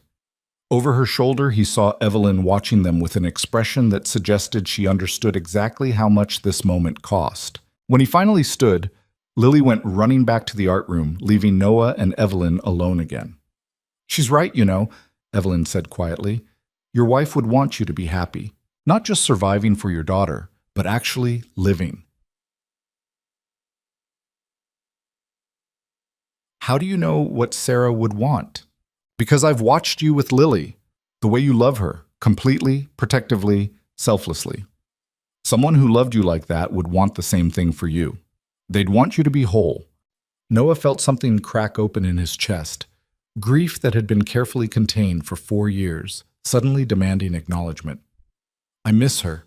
Even now, after everything, I miss her. You're allowed to miss her and still move forward. Those aren't mutually exclusive.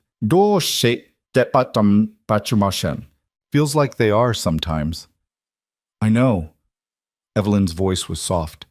But Bennett, you've been standing still for 4 years. Maybe it's time to take a step. See what happens. He looked at her, really looked at her. The woman who'd been cold and unreachable at a gala 3 months ago, who'd learned to thaw by spending time with a 6-year-old, who believed everyone deserved friendship, and a broken architect who'd helped her remember what trust looked like. She'd changed. He'd changed. They'd changed each other in ways that probably should have scared him more than they did. If I take this job, he said carefully, it changes things. My schedule, my availability, how much time I can spend helping with academy stuff. We'll figure it out. That's what partners do. Partners, friends, colleagues, whatever you want to call it. Evelyn's smile was slight but genuine. You helped me rebuild my company. Let me help you rebuild your career. We're good at fixing broken things together. Noah thought about that, about how the last 3 months had felt less like drowning and more like learning to swim again. About Lily's observation that he'd been happy tired instead of sad tired. About the way Evelyn looked at him sometimes, like he was a person instead of a problem or a project. Okay, he said. I'll talk to Dalton. See what the partnership actually involves. But I'm not making any promises. That's all I ask. They stood in the lobby together, watching through the doorway as families explored a space built from collaboration and stubbornness and the belief that broken things could be made useful again. The building hummed with life, kids laughing, parents talking, the sound of possibility taking root. Thank you, Noah said quietly, for all of this. The academy, the job opportunity, everything. You didn't have to. Yes, I did. You gave me hope when I'd forgotten what that felt like. This is me returning the favor. Evelyn paused. Besides, Lily made it very clear that I needed this as much as you did. Something about queens needing friends too. She has opinions about everything. She's perceptive, takes after her father. Terrifying thought. They stayed until the last family left, until Lily was yawning despite her protests that she wasn't tired, until the building settled into the peaceful quiet of a space that had served its purpose. Mrs. Rodriguez left with promises to pick Lily up for art class next week. Staff members locked up the equipment and turned off most of the lights. Noah found himself standing in the main hall with Evelyn while Lily dozed on a bench nearby, worn out from excitement. This was the room, he said quietly, where I met Sarah, 8 years ago, community art show. She was displaying paintings. I was pretending to understand modern art. What was she like? Brilliant, funny, completely fearless about everything except spiders. Noah smiled at the memory. She saw the best in everyone, even me, when I was too ambitious and self-absorbed to deserve it. I doubt you were that bad. I was worse. Thought making partner was the only thing that mattered, that success was measured in salary and title and how fast you climbed. He looked around the restored space. She tried to tell me there was more to life. I didn't listen until it was too late. Evelyn was quiet for a moment. Do you think she'd be proud of this? The academy? Yeah, she would. Noah felt certainty settle in. She always said buildings should serve people, not the other way around. This is exactly what she meant. Then you built the right thing. We built the right thing. I couldn't have done this without your money and your stubbornness. My stubbornness is legendary. But Evelyn was smiling. Bennett, can I ask you something personal? Sure. When you think about the future now, not tomorrow or next week, but actual future, what do you see? Noah considered the question seriously. 3 months ago, he would have said more of the same. Survival, exhaustion, Lily growing up while he aged into irrelevance. But now, I see Lily taking art classes here and getting paint everywhere. I see designing buildings that actually matter instead of just look impressive. I see remembering how to be someone beyond just her dad. He paused. I see you coming over for dinner and teaching Lily terrible business habits while I cook spaghettis. Terrible business habits? She asked if she should start a lemonade stand. You told her to incorporate and pursue venture capital funding. That's excellent advice for any entrepreneur. She's 6. Never too early to learn about capital structure. Evelyn's eyes were dancing. But seriously, you see me in your future? Yeah, I do. Is that weird? No, it's nice. She moved closer. I see you in mine too. You and Lily both. It's strange. I spent years convinced that personal connections were weaknesses, That caring about people just gave them power to hurt you. But then I met a single father who'd lost everything and somehow didn't become bitter or closed off, who just kept showing up and being decent even when it would have been easier not to. I'm not that noble. I just didn't have better options. You had plenty of options. You chose the hard ones because they were right. Evelyn reached out, hesitating, then took his hand. I'm not good at this. Feelings and friendship and trusting people, but I want to learn. With you. If you're willing to be patient with someone who spent 30 years practicing being alone. Noah looked down at their joined hands, his scarred from years of maintenance work, hers soft but strong. I'm not exactly an expert at moving forward either, but maybe we figure it out together. Together sounds good. They stood like that for a while, hands linked, watching Lily sleep with her cardboard crown still crooked on her head. Eventually, Noah scooped up his daughter and they walked out together, Evelyn setting the security system while Noah carried Lily to the car. The drive back to Noah's apartment was quiet. Lily woke up enough to mumble goodnight to Evelyn before stumbling to her bedroom. Noah walked Evelyn back down to where her driver waited. Thank you, he said, for everything tonight, for believing this place mattered. Thank you for teaching me what actually matters, Evelyn smiled. Call Dalton tomorrow. At least hear what the partnership involves. Promise me. I promise. Good. She started toward the car, then turned back. Bennett? Your daughter asked if I wanted to have dinner with you both next week. I told her I'd check with you first. She ambushed you? Thoroughly. Something about wanting to show me her rock collection and teach me how to make grilled cheese. Evelyn's expression was uncertain in a way he'd never seen. Is that okay? Or is it too much too fast? Noah thought about Lily's insistence that everyone needed friends. About the way Evelyn looked less cold and more human when she was around them. About how the past 3 months had felt less like surviving and more like actually living. Dinner sounds perfect. Fair warning, the rock collection is extensive and she has very strong opinions about grilled cheese technique.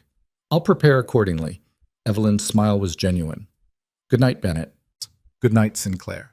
He watched her car pull away, then went back upstairs to find Lily sitting up in bed, crown askew, waiting for him.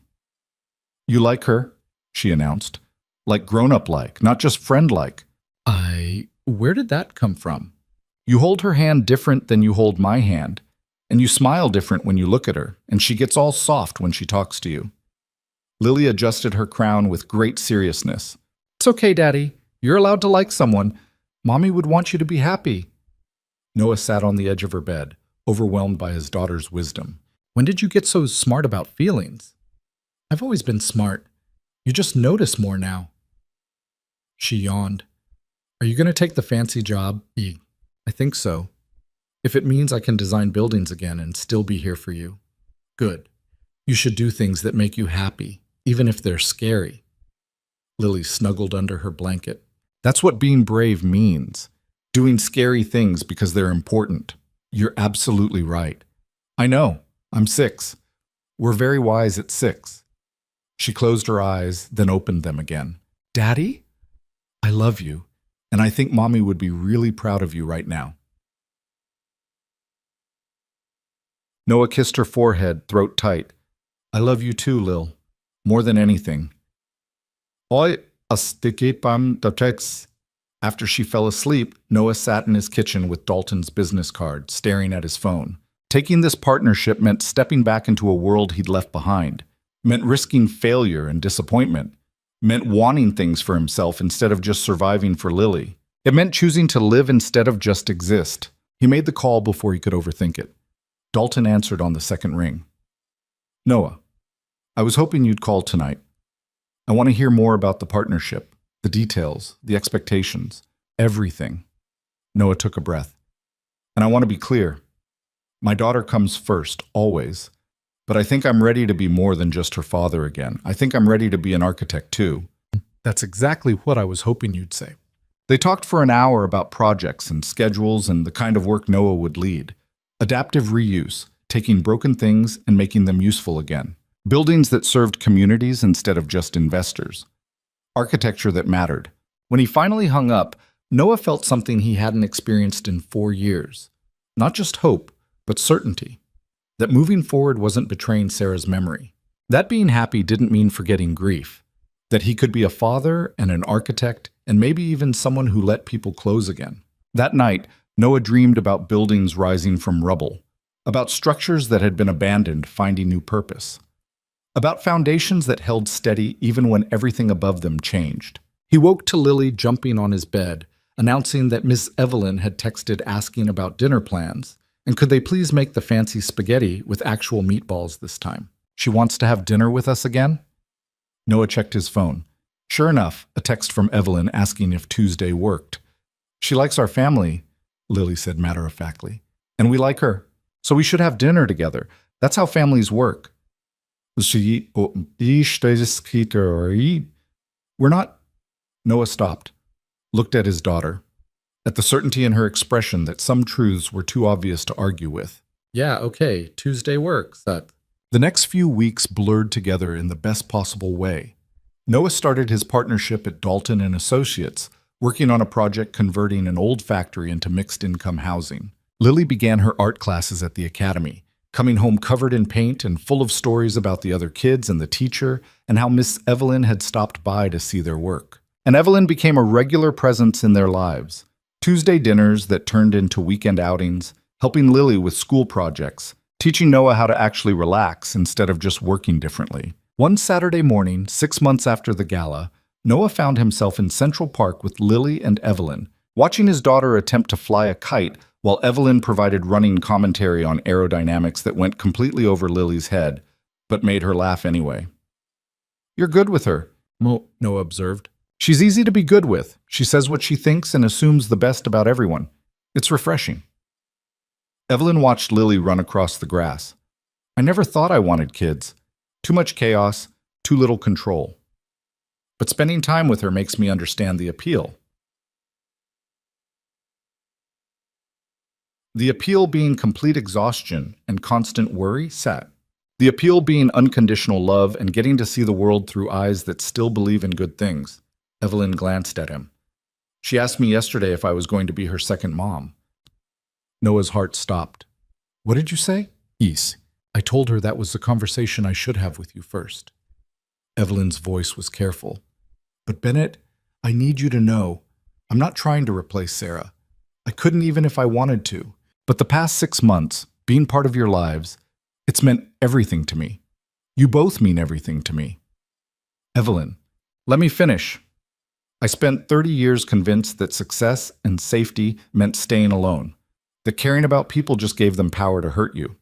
But then I met you and Lily, and I realized I'd been confusing protection with prison. She turned to face him directly. I don't know what this is between us. I don't know if it's love or partnership or just two broken people helping each other heal, but I know I want to find out, if you're willing. Noah looked at this woman who'd gone from ice queen to someone who had dinner with a 6-year-old and taught her about venture capital while making grilled cheese, who'd helped him remember who he was beyond just Lily's dad, who'd become part of their family without either of them quite planning it. I'm terrified, he admitted, of wanting this and losing it, of Lily getting attached and something going wrong, of feeling this much about someone again. I know, I'm terrified too, but I think we're better at being scared together than we were being safe alone. Evelyn reached for his hand. So, what do you say, Bennett? Want to try being terrified together and see what happens? Lily chose that moment to come running back, kite forgotten, demanding they all go get ice cream immediately because she'd been very patient and deserved a reward. Noah and Evelyn exchanged glances, and he saw his own feelings reflected in her eyes, fear and hope, and the understanding that some risks were worth taking. Ice cream sounds perfect, Noah said. To Lily, but also to Evelyn. To the future neither of them had planned, but both were choosing anyway. They walked through the park together, Lily between them holding both their hands, chattering about kites and art class, and whether penguins were better than dolphins. To anyone watching, they probably looked like a normal family, just people enjoying a Saturday together, nothing remarkable. But Noah knew better. Knew that normal was something you built from broken pieces and stubborn hope. That family wasn't always the one you were born into. Sometimes it was the one you chose. The one you created from loneliness and loss and the courage to try again. Later that night, after Lily fell asleep with her crown still on, and Evelyn had gone home with promises to come back Tuesday, Noah stood in his daughter's doorway and thought about the man he'd been 4 years ago. The one who'd given up everything for survival, who'd thought sacrifice meant erasure. He'd been wrong. Sacrifice wasn't about disappearing, it was about making room for what mattered while still being yourself. About choosing your daughter first without forgetting you were more than just her father. About letting people in even when it scared you, because loneliness was worse than risk. Sarah would have understood that, would have wanted him to understand it too. His phone buzzed. A text from Evelyn. Thank you for today, for letting me be part of this. I know it's not easy. Noah typed back without hesitation. Thank you for reminding me it's okay to want things. And for being patient while I figure out how to let people close again. We'll figure it out together. That's what partners do. He smiled at the screen, then set the phone down and went to his own room. Tomorrow, he'd work on the factory conversion project. Tuesday, he'd make spaghetti for 3 instead of 2. Next month, the Academy would host its first showcase of student work, and Lily would display a painting she'd been working on for weeks. The future stretched out ahead of him, uncertain and terrifying and full of possibility. Not perfect, not guaranteed, but real and chosen and his. And that, Noah thought as he finally fell asleep, was more than enough. More than he'd dared to hope for on a night 6 months ago when he'd worn a threadbare suit to a gala and met a woman who everyone called the Ice Queen, but who'd turned out to be just as lost and lonely as him. They'd found each other in the wreckage of their separate losses. They'd built something from shared stubbornness and accidental trust. They'd learned that sometimes the bravest thing you could do was admit you needed help. And the strongest thing you could build was a family that chose each other every single day. It wasn't the life Noah had planned, but it was the one he'd needed all along.